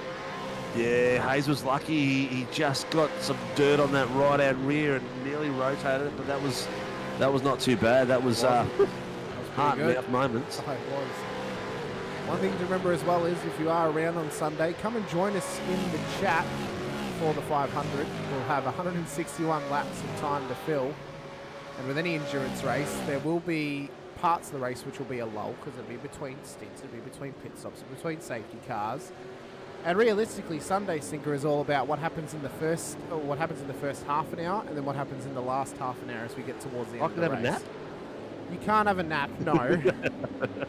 No naps. No laps. No naps. Oh, Mr. Taylor, has he moved aside then? I think he has a slowdown possibly. Yeah, looked like something was going on there. But we've got, look at that bump draft there. How close is that? Oh, you can't move into Taylor's place. Oh, that was a bit hairy. Oh, now he's got the slowdown as well. He crossed it. So that's now a slowdown for Peter Pav. Oh, Levin's going to take look at advantage. that. He knows it's a slowdown. He's come past. No, he hasn't. He has to tuck back up in behind. That's a beautiful driving there by those boys. That is a great pack now. Now they've all caught up. Rushy dropped off the back of that somehow as well. He did indeed. Gallen is just trying to get past Jacob Traynor in towards turn one. Look at that snake in behind these cars. Like, that is absolutely look at that. incredible. That is some great. You know what? The boys are putting on a great show in the middle pack. As always, around about where Brett Taylor is and the boys, they've always got a great little battle going on in there for the AMs. What's the points difference between Jeremy Bush and Mitch Noble for the AMs 74 class? points because Mitch is only 10 behind Brett Taylor. So at the moment, Mitch would be P2 in the championship. Yeah. But he needs to beat Jeremy by at least 4 places. no, more than that because it's 74. More than that? Oh, 74, did you say? I thought you said 4. No, it's 74. Yeah. Oh, Look at Taylor go! Here comes Taylor up the inside. Side by side up towards turn 11. Job done. What a move by Brett Taylor. Well done, the Tassie Devil. You know it's going to be weird on Sunday, Cinco? Seeing Brett Taylor drive a Mustang. Yeah. I wonder what kind of livery they're going to go for. I can show you afterwards. I have the They file on my computer. have they had it? I would go. It looks pretty he's sweet. got him Western, yeah. Yeah, it looks pretty cool. It's like I would have Western's front car all the way up to the Tassie Devil. that's and then basically Tassie what it Devil is. onward. That's basically what it is. Ah, yeah, that's going to look sweet. I'll That's show you gonna look afterwards. sweet. It looks pretty sweet. Yeah. It looks pretty sweet. Yeah, that's good. That's good. Good to see them keep both teams alive because they've both got really good liveries too. Well, that's another thing we'll have going on Sunday is best livery in the field. So Yeah, definitely. you know, there'll be so much to put out. Maybe we'll have a separate thing of best like combination livery of like any of those Frankenstein lineups of 2 different drivers from 2 different teams racing together. Yeah. As well. You know, because obviously we've got Feldman and Piccoli, we've got Taylor and Weston, we've got Nominson and Randall. I think there's a couple others in the field too. So that'd be pretty cool to have those as an award on Sunday as well. Outside of best livery, obviously, but maybe that'll be another thing of best Frankenstein combination. However well they do during the race, everything's coming together. Cowan on Mitch. Nicely into that. Oh, nice. Has he got it done all the way? Cowan's shutting the door. Making sure that Mitch has got no way around. Let's see how they exit through here. Jace asking when his entry's open for Gen 3. It'll be I think we said it'll be next week, wouldn't it, Sinker, or this week? Yeah, it'll look. We've got a very, very big week to finish off with. A lot of massive events, so I'm going to try to release it in the next couple of days. But yeah, keep your ears posted on Facebook and Discord.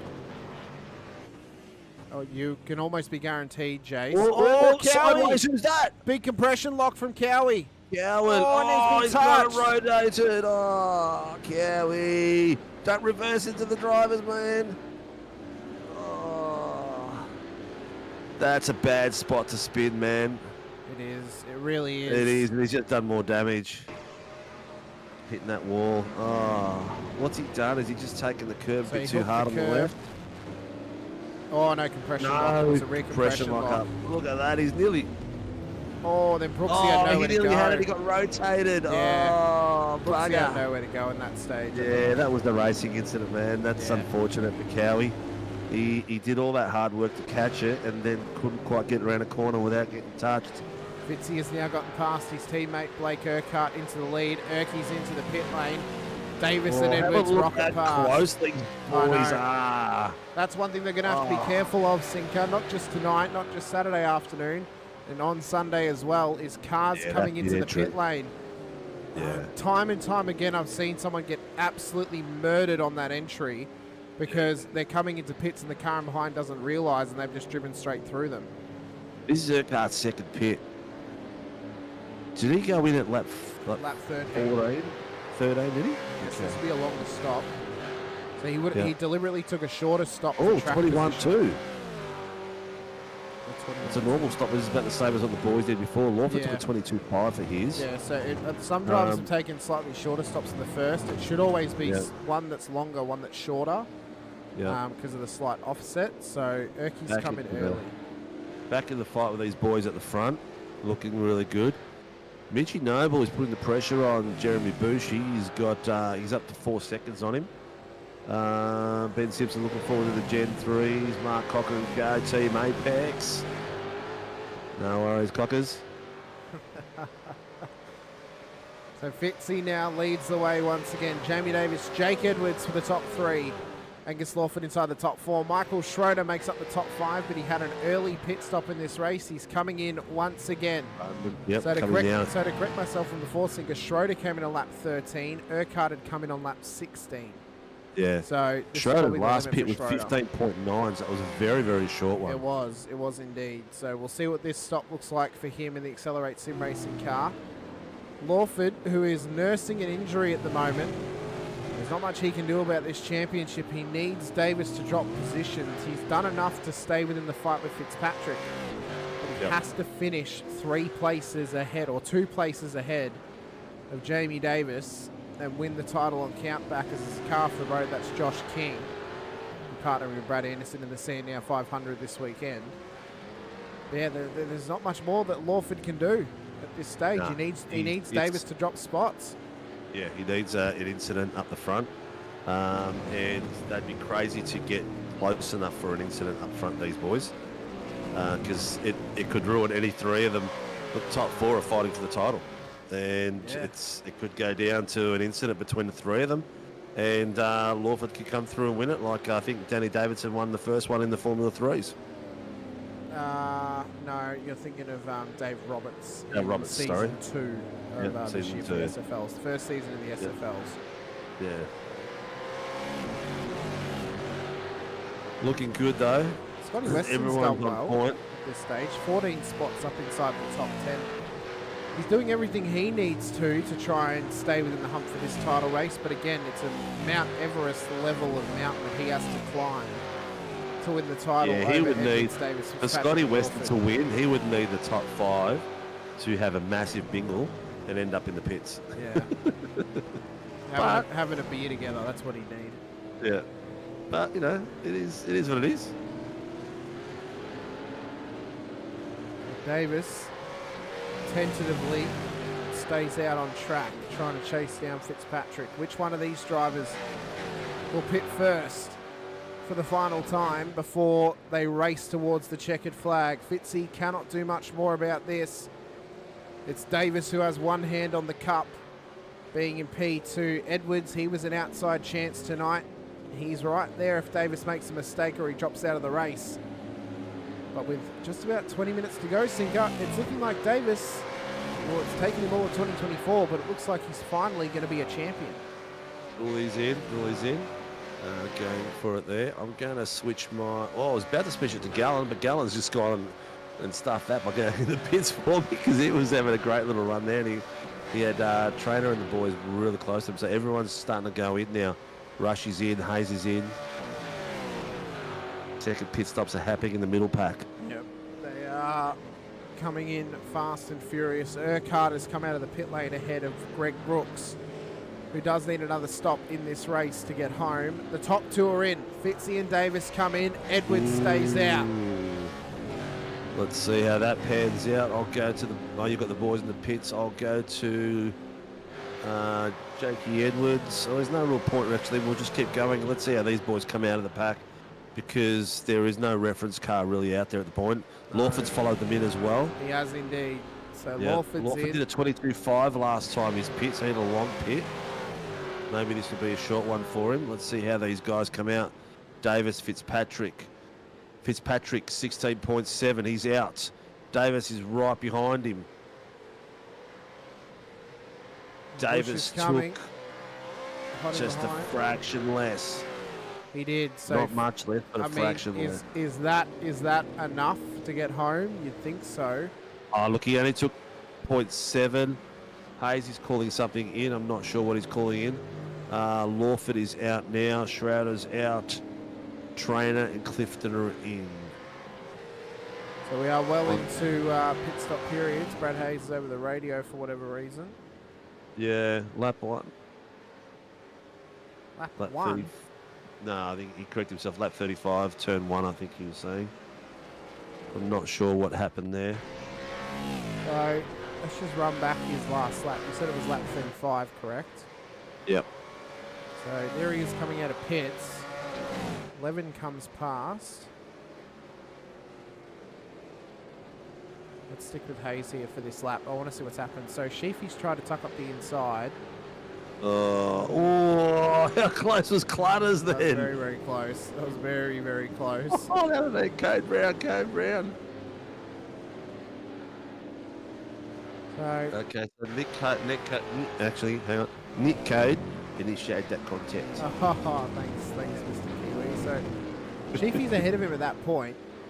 Hayes has turned in on him. It's not Sheafy's fault. He's ahead. Yeah, that was Nick Code that rotated him. Yeah. You pit now, you'll get home from Mr. Dodds. Yeah, pretty much. It's going to be now. It's just going to be.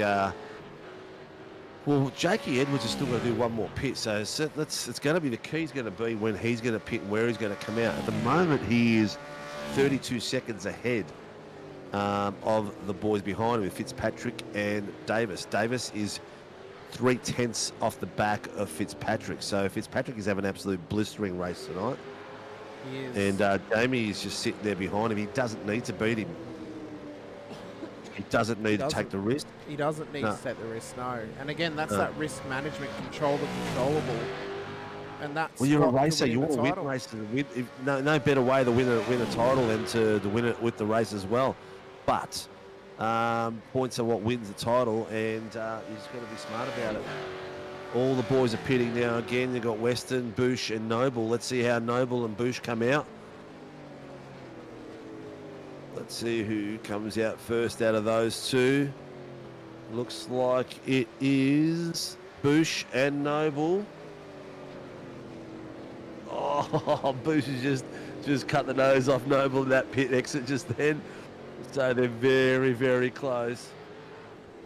It's so close between all of them as Edwards comes into pit lane. So expect Fitzpatrick and Davis to come past him. It'll be ultra close as they come through Dandenong Road. So Fitzy and Davis continue their battle. At this point in time, Davis will be winning the championship. Oh, here comes. Here comes Edwards, well in front. It's going to be tight as they come down the straight. Edwards has got him. But who will go into the corner better? He's got him. They're too far back to dive him. Oh, this is going to be good. There's 1.7 second shorter pit stop than Blake Fitzpatrick did. And that got him up front too, so... well, he did do some extra laps. He did extra 3 laps. Yeah. So that's probably what did it for him, but it's still very close. Oh, Cowie in the back end, blocking up the rear end. Brett Taylor. Regular occurrence for him tonight. Brett Taylor's in. Yeah. Bush has now come past him for the lead of the AMs. We expect Brooks to come in soon. That will give Bush the lead of this race and would almost solidify him as the champion at this point. He has got 74 points to the closest car on track, that's Mitch Noble, in the championship. And again, it's another Mount Everest level hill to climb for Noble. He'd have to have a complete He'd have to finish right at the back. or something like that. Yeah, it's insurmountable at this point. He'd have to finish P29 and pretty much Noble would have to stay where he is and that would be it. So yeah. But Mr. Brooks is leading the way. He does have to pit again, but he's got some good pace on him tonight as well. Here we go, Peter Pavs in the pits, the bearded pelican. I wonder if that's a 5 o'clock shadow or just a full. Oh, that'd beard. be a morning shadow, mate. Oh, yeah. Some of my breed, some of these creations that I know, mate, they grow beards over lunch. They the sun moves slightly and their beard grows. And yeah. Just take a breath and the hairs come out. Just like my grass light last night, it grew an inch over the sunny day. Love the fact that you're measuring it outside. Yeah, I could see it over where I whippersnipped it, and I was like, "Whoa, it's an inch over that tip where I whippersnipped." Out there with the tape measure, just like, oh yeah, that's an inch exactly. Don't say it twice, mate. My wife will start laughing. She probably next thing she expects me to do. Noble's off track. What's he done to himself? I haven't heard anything called in, so I'd say to be self-inflicted. There he is there, turn 3 and 4, so just rejoining. We'll see what's happened to Mitch Noble. As Brooks comes into pit lane, so Noble all on his own up at turn 2. Oh, caught so much curb. Oh my God. Oh. Well, he didn't hit the That's wall, unfortunate. but he found the car park up there. Yep. Well, at least he's in the corner where he can rotate the car. Jakey Edwards is really throwing his holding around, and he's got himself out to 1.3 seconds. And Jamie Davis has got himself down to 1.8 off the top of Fitzpatrick. So I think he's in a position now where he's like, right, I've got 13 minutes to keep this car on track. Don't do anything stupid. Yeah. Watch out for the back markers coming through. Make sure you make it in fuel and roll over the line for being the champion. One thing he has to be careful of is giving up time to Urquhart in behind him. Of course, Urquhart is the teammate of Fitzpatrick who's in this championship battle, so you don't want to put pressure on yourself by letting him onto the back of you. He's 8 seconds away, which is a fair stint to catch up. At the moment, Urquhart's lapping at a 108.6. Last lap for Jamie was a 109.1. Not sure why Jamie slowed that much down. Yeah, probably just trying to maintain his position, knowing that he's won the title in his spot. I mean, he doesn't need any more positions. Lawford's 2 spots back on him. That's who he really had to gain over, and Fitzy's only gaining 4 points. He needed 24 points to get past him. Yeah, I guess at the end of the day, he was not close enough to Blake, to Jake to fight for the race win. And next best thing is the title. Well, that's it. You know? Oh, I would think the title would be the precedent over the race win, to be honest with you. Yeah, for sure. Especially after having it taken away from you from your own mistakes throughout the year. See, he's missed out on two titles, yeah? Realistically, he's missed out on 2. Yeah. Season 1 he wasn't in contention for, plus he had a fairly horrid season in terms of those license points that we mentioned. I think he had 2 round bans that season. Season 2 he started cleaning up his act but still missed a round. Same with Season 3, but this season he has come into his own, really started to perform a lot cleaner this season. He dealt with illness halfway through, still took a race win, mind you, being so ill. So he has driven out of his skin thus far. It's been a long time coming for him. There's a lot of similarities between this guy and I want to say Dylan DeBono in his efforts in fighting for the SFL Championship as well. Sinker, they're almost mirrored for their 2024. Yeah. Yep, they've both had their ups and downs. I mean, Dill had the opportunity of winning the Australian Open World Nationals, and Netcode got him with I think it was Gallo or Daniel Byrne. It's the Vela. It was Vela, wasn't it? Yeah. And it was unfortunate. It was, I mean, between the two of them, they probably, should have maybe stayed a bit further apart because they were in a really good position to pull away from the GSR boys. But that was a capitulation after that. He gave Sam Chapman, the trader, the win in that race. No, we love you, Sam. But, this season has been absolutely incredible across the board in a multitude of series, whether they were broadcasted or not. There's been some absolutely phenomenal racing, and any champions this season across the board have well deserved it. It's been a long time coming for some of these drivers. I mean, there are still championship battles to be won throughout the rest of this week. I mean, Saturday, I should say, seems to be a foregone conclusion for Blake Warboys in that title. Yeah. Thursday, the battle's still on. Wednesday, it's slightly stretched out, but anything can happen in those SFLs. This is just the start of it. We know those cars are bricklayers. They just fall apart, don't they? Oh, Jakey Edwards took a really wide line out of that, didn't he? He did. He's getting a bit aggressive there on the... He's starting to take a bit too much risk there. He needs to back it off a little bit because that could have been a full rotation. He doesn't want to let that could have been Fitzy's gap through. He really wants to try and keep this thing ahead of Blake Fitzpatrick. I have mentioned, this last couple of weeks, I think Angus, he's done such an incredible job this season, and for my money was the best driver in this series alone. But I think you obviously have to give your plaudits to Jamie because he's had the cleanest run of the whole year for himself in this season alone. And he's definitely up there as one of the best this season. He's only had 2 penalty points all season. Yeah, it's his cleanest season to date. 2 penalty points and 4 incidents that have been called in. There you go. Yeah. So hopefully next season we'll have. No, we went. Me and Barbs went through it for a particular reason, and had a look at it to see where some of the drivers are going, because we're looking at showing stats like incidents, who are getting involved, which drivers are getting involved in incidents, which drivers aren't. What, he's flashing his lights? Is he flashing his lights for us? I think he knows he's on screen. I think he's probably being told that he's on the screen. Just focus on that driving, Jakey. We don't want to see it repeated that last few corners where you nearly lost it. Brad Anderson's just run it wide as well, so he lets the top two. Yeah, I think he's trying to get out of the way. Yeah. Just don't bump into Jamie, Brad, not like last time. Imagine if that's what cost him. If it was Brad, that cost him. So this is the risk. This is the risk factor. The back markers. Yeah. This is the risk factor. You've really got to be careful with some of these back markers, because they're in a battle of their own for different positions and different race strategies, and they can quite easily get tangled up in there. So Jamie's got himself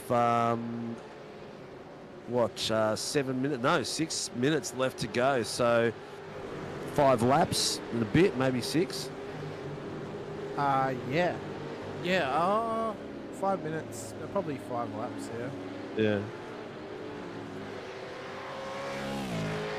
What are we going on, Mr. Butler? I've got Mr. Taylor and Mitch Noble having a battle on the bottom screen there, going flat knack. Actually, Brett Taylor's a sandwich between 2 Team SRW cars, between Jacob Traynor and Mitch Noble.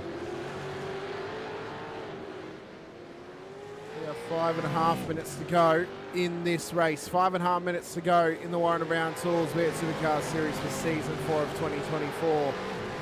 Edwards leads with Fitzpatrick in behind. Jackos is asking us how the one-handed bandit is doing. There's only one person in the field and he could call that. That's Tyler Sheaf. Up one spot. He's up one spot. P24. Hasn't really had many gains, but having a pretty clean run thus far. Yeah, he's taking it out tonight. Yeah. Yeah. Scotty Weston has done the most moving tonight. He's up 13 places. He's done a great job. Just consistent pace tonight all the way through. Fun fact, he drives with only one hand. Yeah, that's true. Yeah. He's like the drummer from Def Leppard. No, I wouldn't go that far.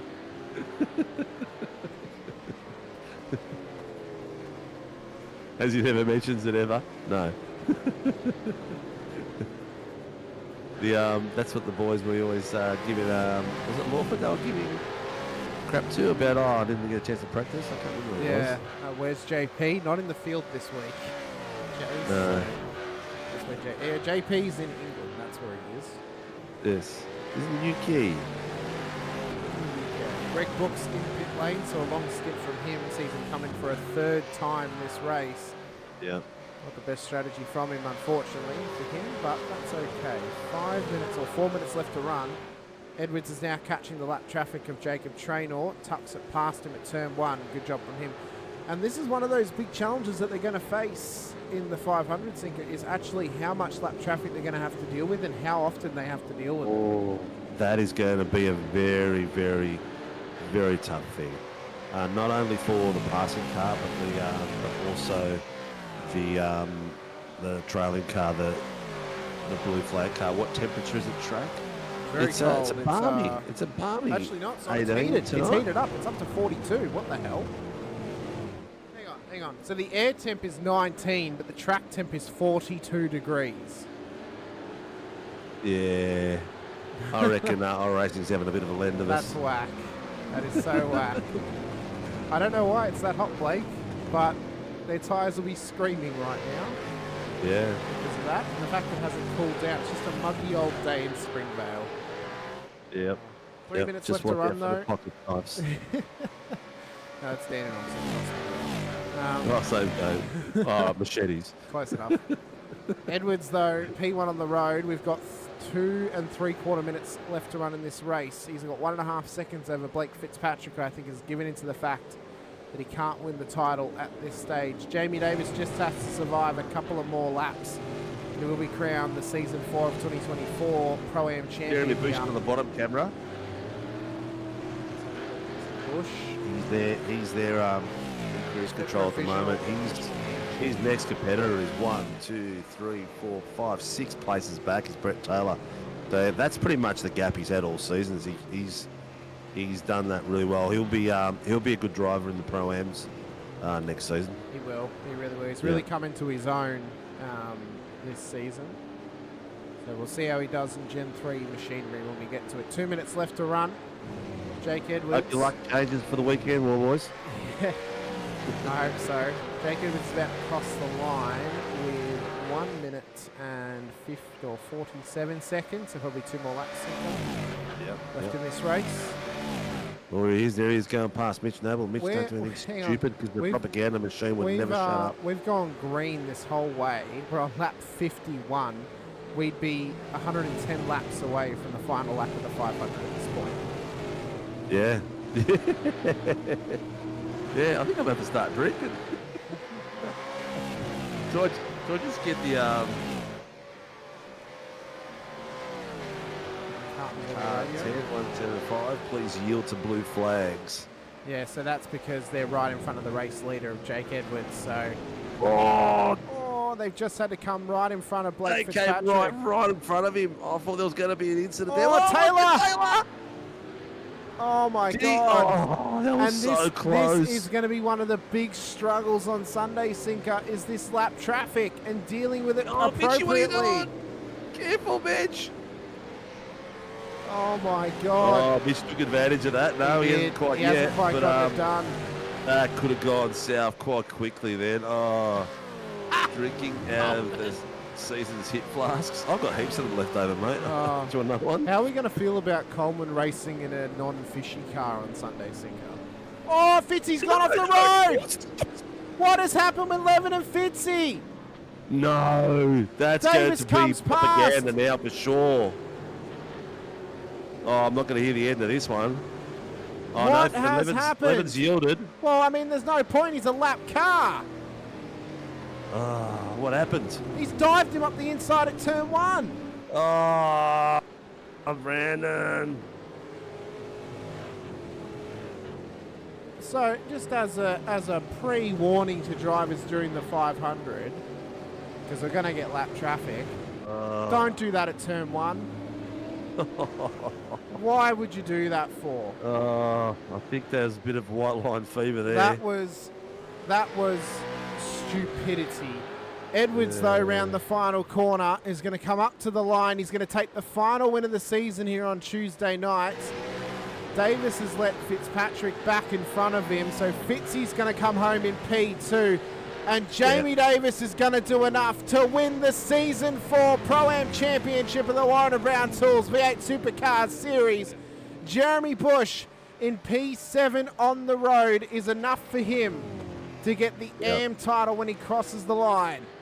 Yeah, I think I did hear 11 apologise, but that was very sportsmanlike of Jamie to let Blake in front of him. And I get it. I get it. You know, we get a bit heated in the moment. We get a bit of red mist, whatever it is. But you know, just to all drivers out there who's racing on Sunday, don't do that. It's gonna be crackers on Sunday. It's gonna be absolute crackers. As Bush crosses the line, confirms himself as the AM champion this season. And luckily for us, Sinker, there's only 4 people we have to talk to tonight, because both the champions either won the AMs or they finished on the podium. Yeah, 100%. It was, what a race. That was spectacular. You know what? Jakey Edwards' pace and Blake's pace tonight was sensational. Jamie still got the fastest lap, but he backed it off at some point. But Jeremy Bush just smashed the championship, didn't he? Yeah, he did. I think, you know, Jeremy, fair play to him. He didn't really drive like an AM this season. He drove like a Pro-Am, and that's what it takes to win the title. Brett Taylor, like the last 2 seasons, so close but yet so far. Where's Taylor going to finish? He got P2 tonight. He'll finish P2 in the championship. He did finish in P2 on the road for the AMs. You know, but he finished last season. He finished 3rd, yeah. He was either 3rd or 2nd. He was very, very close again. Yeah. So, you know, but there was some great driving in the field tonight, of course. Urquhart came home in the top 4, Lawford in the top 5, Schroeder. Of course, Jeremy Bush, P7, won the AMs and the AM Championship. Dooley, Gallen, and Weston up 12 spots inside the top 10. So, great job for all those Finally boys. get a line up on the grid. Had a burnout. Oh, you give me a present for Christmas here, Hamish. Well, he won the title. I just assumed he was going to do a burnout, so I stuck with him. Yeah, I've got him on the bottom screen as well. So what's he trying to get some pace up and drop the clutch? I think he's trying to do it. I have got it in quarter speed, so I'm just making sure he hasn't run out of fuel. He's trying to do a full J hook. We'll go full speed again and see what he does. He's trying to do that. I think I call it a J hook. A J turn. Yeah. There it is. I don't He's know why though. He needs. I think brake bias to the rear. I think Jamie needs to learn how to do a standstill burnout. Maybe it's not. It's not that difficult. See how he does now. He's doing one now. He's doing all right. He's having a bit of a ball.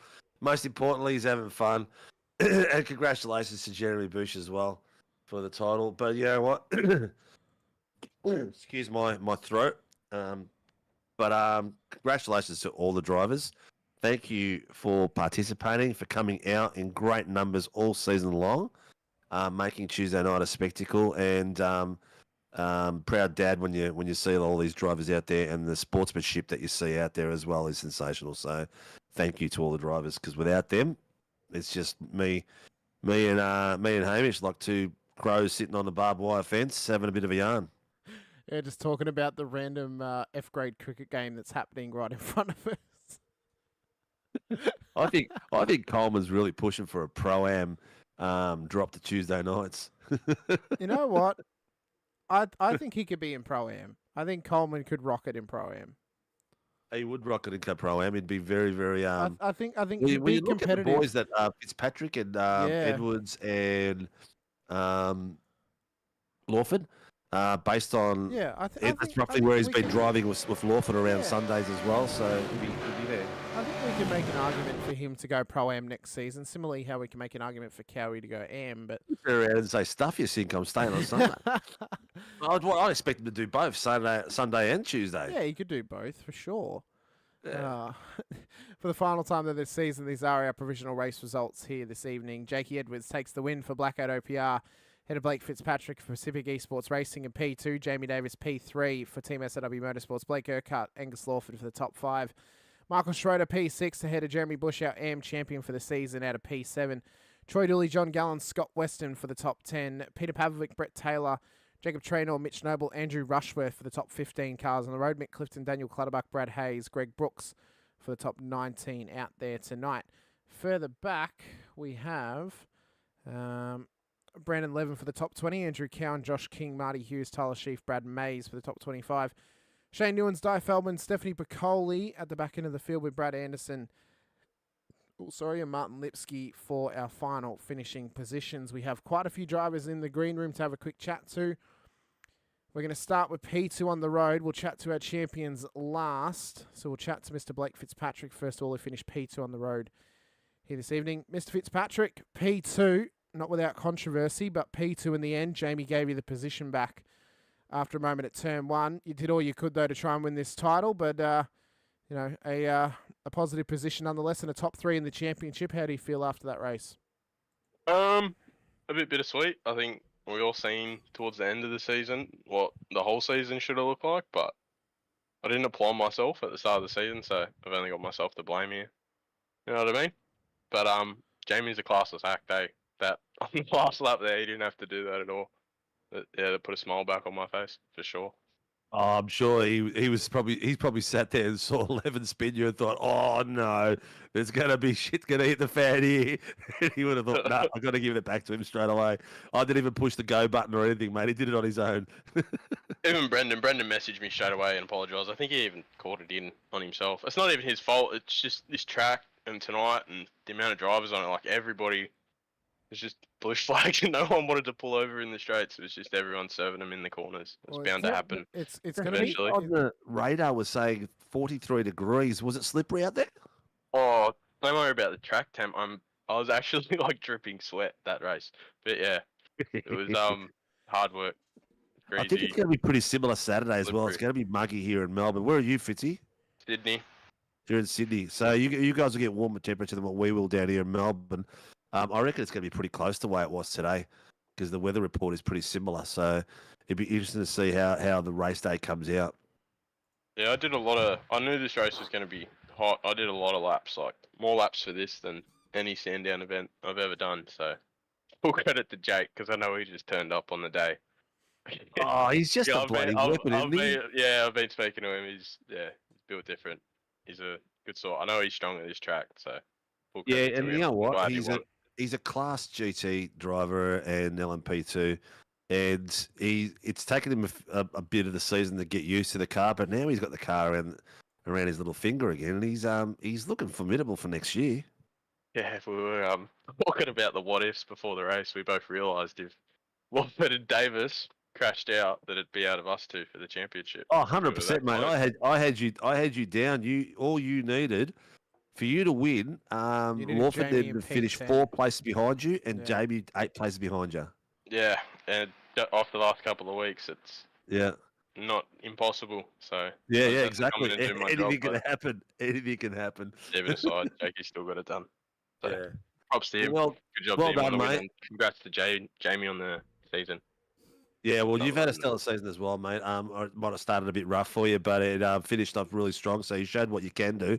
I'm expecting it's going to be a pretty big fight next season. There's going to be a Pelican out there. There's going to be a black OPR. Jamie's not going to be racing Tuesdays next season, so it's going to be up to the rest of you boys to fight it out. So it's going to be pretty cool. I got you doing a SVG and let one of us win it. Well, he's going up to Sunday. He wants to have a crack at Sunday and have a bit of fun up there. So he's going to race with Brendan up there, and I think his work schedule's changed as well. So he can finally race Sundays. But yeah, it'll be good. Give someone else a bit of a crack, yeah. Yeah, that's it. Well, mate, who gets he's support deserving. the team and gets them on track? Hang on, boys. Couple clicks. Let me get the list up. Yep. We've got a few. We've got Track Racer that's just come on board. Obviously, our main sponsors, Lake Edge, Bin the Blade Ball Foundation. Yeah. Dubby and One Shot Pest Management in Ulladulla. Excellent, mate. Shout out to all Excellent. those guys. Yep. Who are you teaming up with on Saturday and Sunday? I'm teaming up with the boss man, Banksy. Ah, that's Gonna be it. a All right. Brock Feeney Win Cup duo.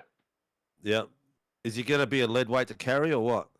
Nah, he's not. This is live, isn't it? He he gives me a lot of help on the outside of SRW. Excellent, mate. Definitely Excellent. won't be a lead weight. Good to hear. Good to hear. Well, mate, he's also put up a whole weekend away, which we're going to give away to the driver of the day on Sunday as well. So whoever wins that gets a weekend away at Lake Edge Caravan Park too. So Just give that to me. Surely I've done enough for him this season.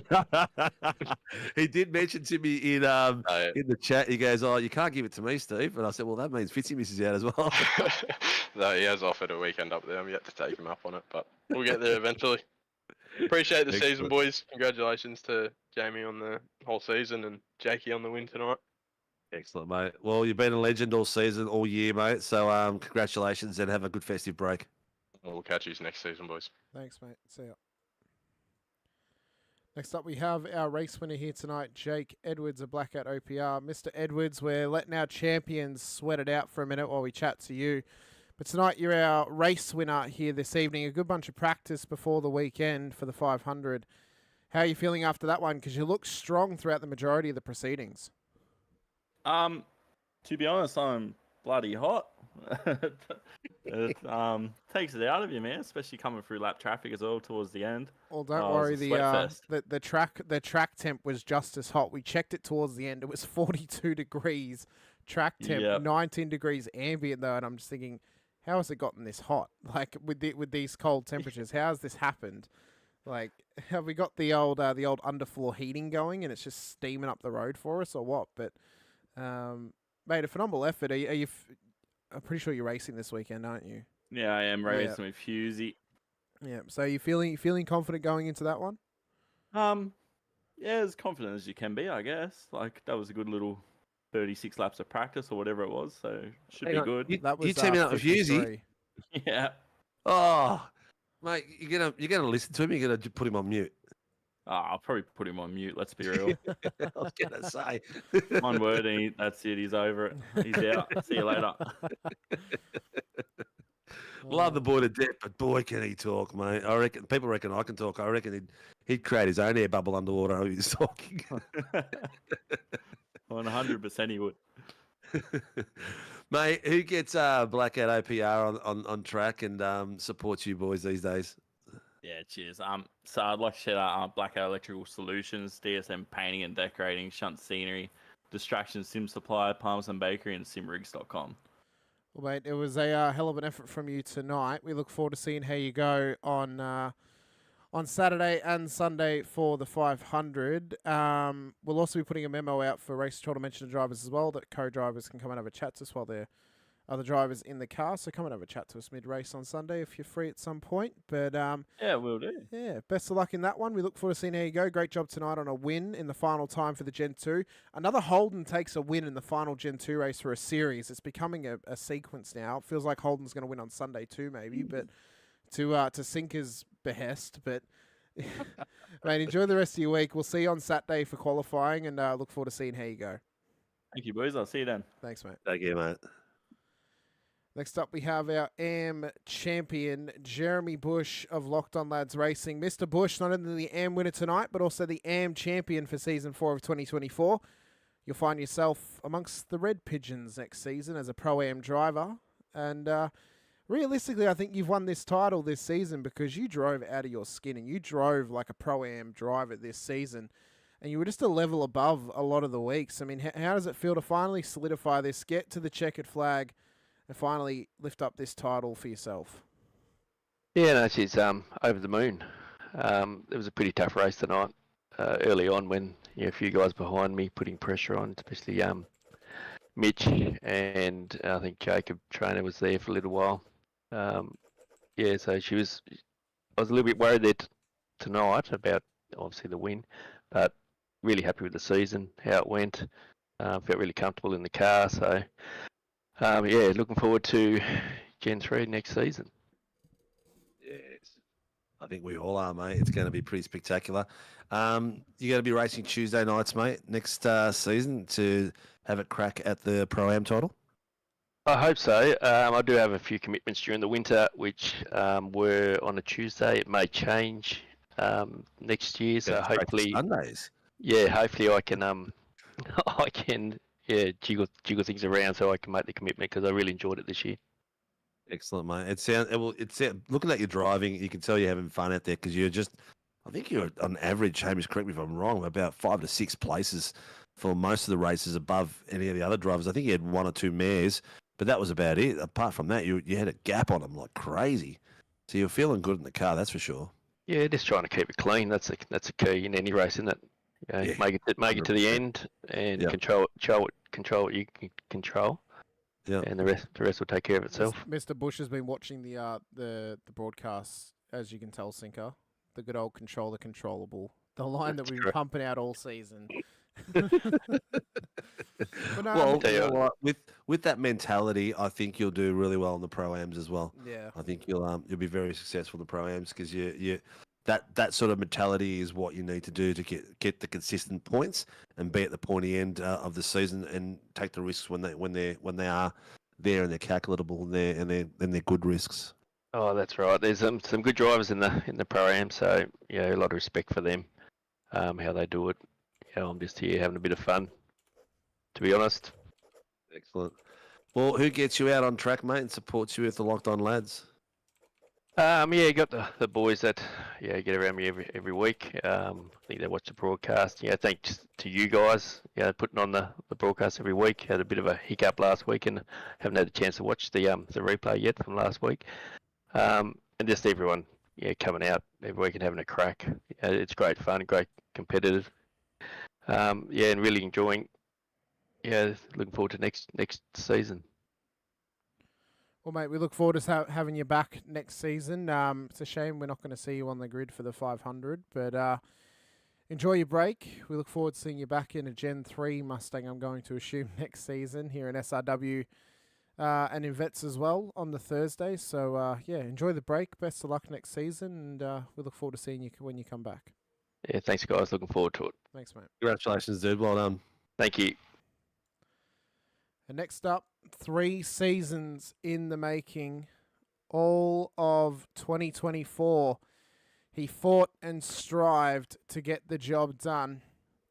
And now finally, in Season 4 of 2024, in the final Gen 2 race of the season, Mr. Jamie Davis has finally knocked off the Pro-Am Championship after losing it arguably off your own back in the first 3 seasons, Jamie, after some, we'll say, unfortunate license point applications by way of your driving. This season, you've driven your cleanest season to date, and it's paid off with a championship. Does that feel fulfilling to have that happen now? Because I think you've driven out of your skin this season, and this championship is very highly deserved for you to put that effort in and actually self-reflect and try and run a cleaner season than you have previously. Oh, I'll tell you what, Hamish, it was bloody 3 seasons in the making, but this one feels so good. I've been quiet. I've been very tough. Pretty tame today, Hamish, wasn't I? You have actually. I'm glad you've left it up to me to sell this for your Sinker instead of yourself, so we can actually keep some decorum about it. Mate, bloody legendary effort. You're an absolute gun, and to give Fitzy back that place at the very end was very sportsmanlike of you. I know that it probably would have gutted Mr. Brandon Lebanon as well that the incident actually happened because he actually called it out on himself straight away. But at what point did you think I'm backing out now and I'm just going to watch where Lawford is and take my time? Brandon, he was absolutely kicking himself, and when I seen it was Fitz that he nailed, I just went, that's all right, Brandon, I'll let him go on the straight, he deserves P2. Yeah.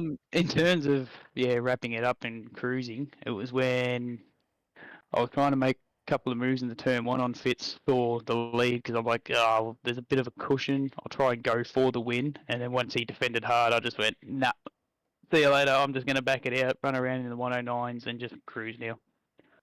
Yeah, my heart was feeling a bit better as well when I saw you cruising. But then the back markers started getting involved.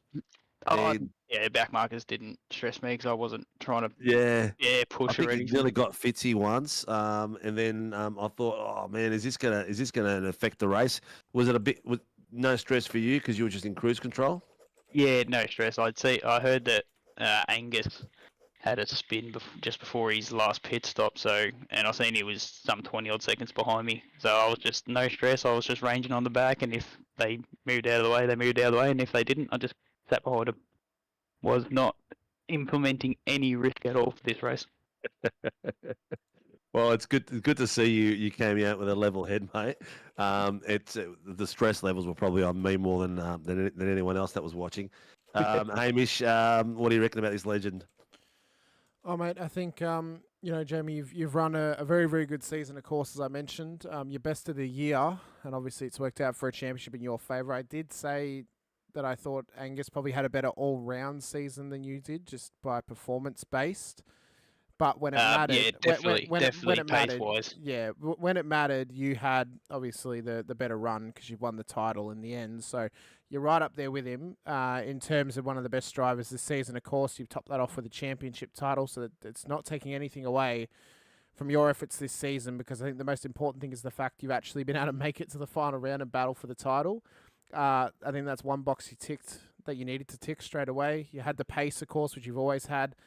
I look forward to seeing how you go on Sundays next season because I think that's going to be a great test for you, but also a great level of comparison for you to try and step up to the next level in challenging some of those quicker drivers in that Sunday field that you don't get to race here on Tuesdays. So, mate, congratulations. An incredible effort this season. You drove very, very smart. You drove smart tonight as well, as you have most of this season too. Just got to learn to pit under safety car more often, and you might actually come home with the chocolates more often as well. Yeah, well, that's it. It's a season of stories. I had my battles all year with not pitting safety cars or pitting too early and stuff, and just Angus getting caught up in a couple of unfortunate incidences that probably kind of leveled the season out really with everything that happened. But definitely Angus was the one to beat. He had the pace. First 6 rounds he took pole position, so. Huge credit to him, and huge respect for all the top 5 guys there. I think I mentioned before we all banged doors at one point, but not one of us took each other out, so it was just awesome all season. Well, mate, let us know. Helps get you and SRW out on track. Anyone else you wish to give a shout out to as well for myself, Sinko, and the rest of the league. Congratulations on your Pro-Am championship this season. A phenomenal job this season, a phenomenal job tonight as well to put the car on pole and to maintain a podium finish. And now's your time. You have the floor and soak it in as much as you can. Thank you to Warren and Brown Tools, Shannon's, Grim Industries, NeuroPower, DSL Railway Services.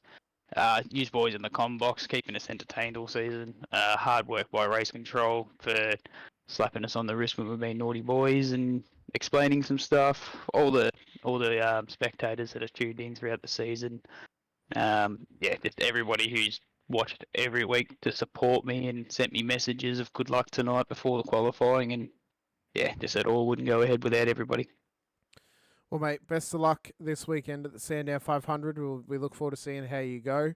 Hopefully yourself and Brandon can keep it clean for 161 laps, and who knows, you may come away with a top 5 or even a podium finish next to your name in that race. So enjoy the next couple of days before the real fire begins as we go racing for the final time in Gen 2. And then we'll see you back next season on the Sundays for Gen 3 when we get underway in January. Thank you very much, Hamish. Thank you very much, Dave. Thanks, mate. The legend, mate. Fantastic effort, mate. Congratulations. Thank you very much. Thanks, mate. Well, Sinker. Well, mate, I'm just trying to get... Feels like only yesterday we were at round 1 this season, doesn't it? Oh, yeah, it's been a just to make you feel old. Yeah, it's been it just shows you how quick things go. We beginning of the season and now we're done, and it's like all that work that we've done is just flown through. It's ridiculous how fast it goes. Oh, it's absolutely ridiculous. Absolutely ridiculous. But, you know, as I said, this is just the start of an intense, now 7 days we have to come your way here on the channel, ladies and gentlemen. I'm going to delete and re-upload those streams the rest of the week because I don't know why they've done it incorrectly, but still. But coming up this week, final round of the Cooler Master Super Formula Championship tomorrow night out at Daytona. There are a couple of drivers in contention for that title, including Dylan DeBono, Daniel Byrne, and David Gallo as well. David Gallo won his F1 Shadow Series Championship last week. As I mentioned many times before, he's been the best driver of all of 2024 in SRW, in my opinion. He's won 3 titles out of technically 5, because there's been 5 titles in that series on offer. But it's going to be a hell of a crescendo tomorrow night. 8-6s, the Shannon's Insurance Geo 8-6 Nationals on Thursday out at Bathurst for an endurance race. That is going to be massive. We'll be back on your screens Saturday morning at 11 a.m. roughly. I've got the actual live roster for the day if you want to put that up on the screen. If you send it to me, I will. It's on my shared screen. Okay, let's have a look. Oh, I already closed my video Ninja. Hang on, let me reopen. So basically, events will start. The server will open for drivers on 9 a.m. for a practice to start. The co-drivers will start their practice at 10:10. Which will then lead into 10:40, a qualifying for 20 minutes. And then that order will then be the 11:10 a.m. Qualifying race for the co-drivers. They will race a 20-lap, 25-minute stint. And then that order of finishing will be the starting order for the lead drivers. 11 a.m. will be the GR86 session will open up, so we'll be still showing live and we'll show that race. There'll be prizes to be won for viewers and for drivers. That'll start at 10 a.m. and go for a 45-minute practice session. Then we've got the qualifying 10 minutes. Then we're doing racing for 25. And then the server will open at 12 p.m. for the main drivers practice. They will be doing a Discord briefing at 12:30 and then qualifying starting at 12:40. So the qualifying race will start at 12:40, again, 20 laps, 25 minutes. And then the top 10 of that race will go into the top 10 shootout. Top 10 shootout will start at 1 p.m. So they'll have their briefing, a bit of a warm-up, and 1:15 we'll have our top 10 shootout for 30 minutes plus. And then we will have the final round of the Sim Racing World Warren and Brown V8 Supercar Championships. Round 9 will start at 12 p.m. open, so the boys will be in there practicing already, whoever is not in the top 10 shootout. And 2 p.m. qualifying and 2:20 race. And that will be the last race of the year for official race for SRW and Warren and Brown Tools and all our other major events. So it's going to be an absolute killer. Actually, I'm wrong. That's not the last race. The last race is the AOWN Real Nationals on Wednesday night. Yeah, which isn't part of our regular championship. That's a special event, just like the 500. But that's a special cross promotional event alongside GSRC, like what we ran at this end of last season. Yep. So that will be at Mugello If you want to participate in the Australian Open Wheel Nationals in 2025, between the gap of season 1 and 2, you need to be registered to drive an open wheeler for Gentlemen Sim Racing Club or with Sim Racing World in a Formula Superlights. And the top 20 from each league goes into the final of the Australian Open Wheel Nationals until some point do we start expanding it to other grids as well. Yep, that's right. So it's going to be a massive next 7 days on your screens. So you guys do not want to miss any of the action. Saturday will be on your screens at 11 a.m. Synchro, 10 to 11, something like that. Yes. Yep. We'll be at 10 past 10. You will have the co-drivers practice. So the broadcast will start. It says officially goes live at 11:30. So we'll be alive at 11:30. But I think we'll be there a bit earlier because we want to watch the qualifying. That's wrong. I think that should be 10:30, not 11:30 on our schedule. So that's fine. We'll be there at 10:30 for a live broadcast. We'll show you all the action from there onwards, all the way up to 3:30, 4 o'clock. Yep. It's a full day on your screens, and then Sunday will be on your screens at roughly 1 o'clock, 10 past 1 sometime, because there's a bit of a practice session, and then there's the actual race at 1:30 for the 500. So, you know, you'll be able to have your lunch, come and watch some racing with us, or come racing with us if you're entered in the event for 500Ks around Sandown. 161 laps, probably a little over 3 hours of racing on that Sunday. I'm sure there'll be more safety cars than there were tonight, Sinker. I don't think we're going to be going green for 500Ks, if I'm honest, because I think there were some incidents tonight that if it was at any other point in the race, we may have gotten a safety car called. So, yeah, possibly. yeah. There was a couple of, but you know what?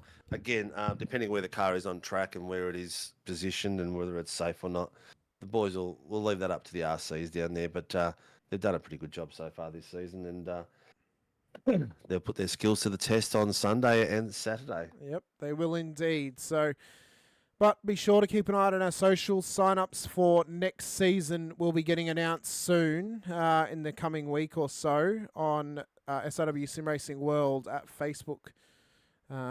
And a big shout out to all of our series sponsors, as always. I mean, our title sponsors, Warren & Brown Tools, for their continued support here on the Tuesday night Fiat Supercars Series, the Sunday night Fiat Supercars Championship, and for the Sandown 500 this weekend, as well to Cooler Master for their support on the Super Formula Championship on Wednesday nights, and to Shannon's Insurance for their support of the Thursday night GR86 Nationals. So all of our other series sponsors, NeuroPower, DSL Rail Services, Shunt Scenery, and Grim Industries, home of the V8 Coffee Table, which can be found on Prime Video's Top Gear Australia during the news, interviews, and other studio segments. But for myself, Hamish Munro Stephen Sinkovic alongside, we appreciate your time, appreciate you being here with us all season for the Warren & Brown Tools V8 Supercars Series. This season, it was Jamie Davis and Jeremy Bush taking out the Prime and AM Championships respectively. Next season, it could be you. But until next time, be sure to hit the like button, the subscribe, and the bell icon as well, so you're notified whenever we go racing. So much more to come this week before our 4-week break before season 1 of next year. But until then, stay safe, drive hard, and as always, bye for now.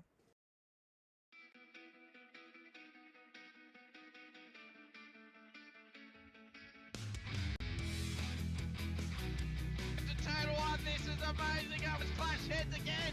This is like Chaz Moskin and Cam Waters. Almost the same situation. Better contact going down the hill. Sam Noble wants to sniff on Dave Coleman now. Sam Noble bottle right now because I'll tell you what, Bruce Tannock, James Dyson just absolutely drove away from us.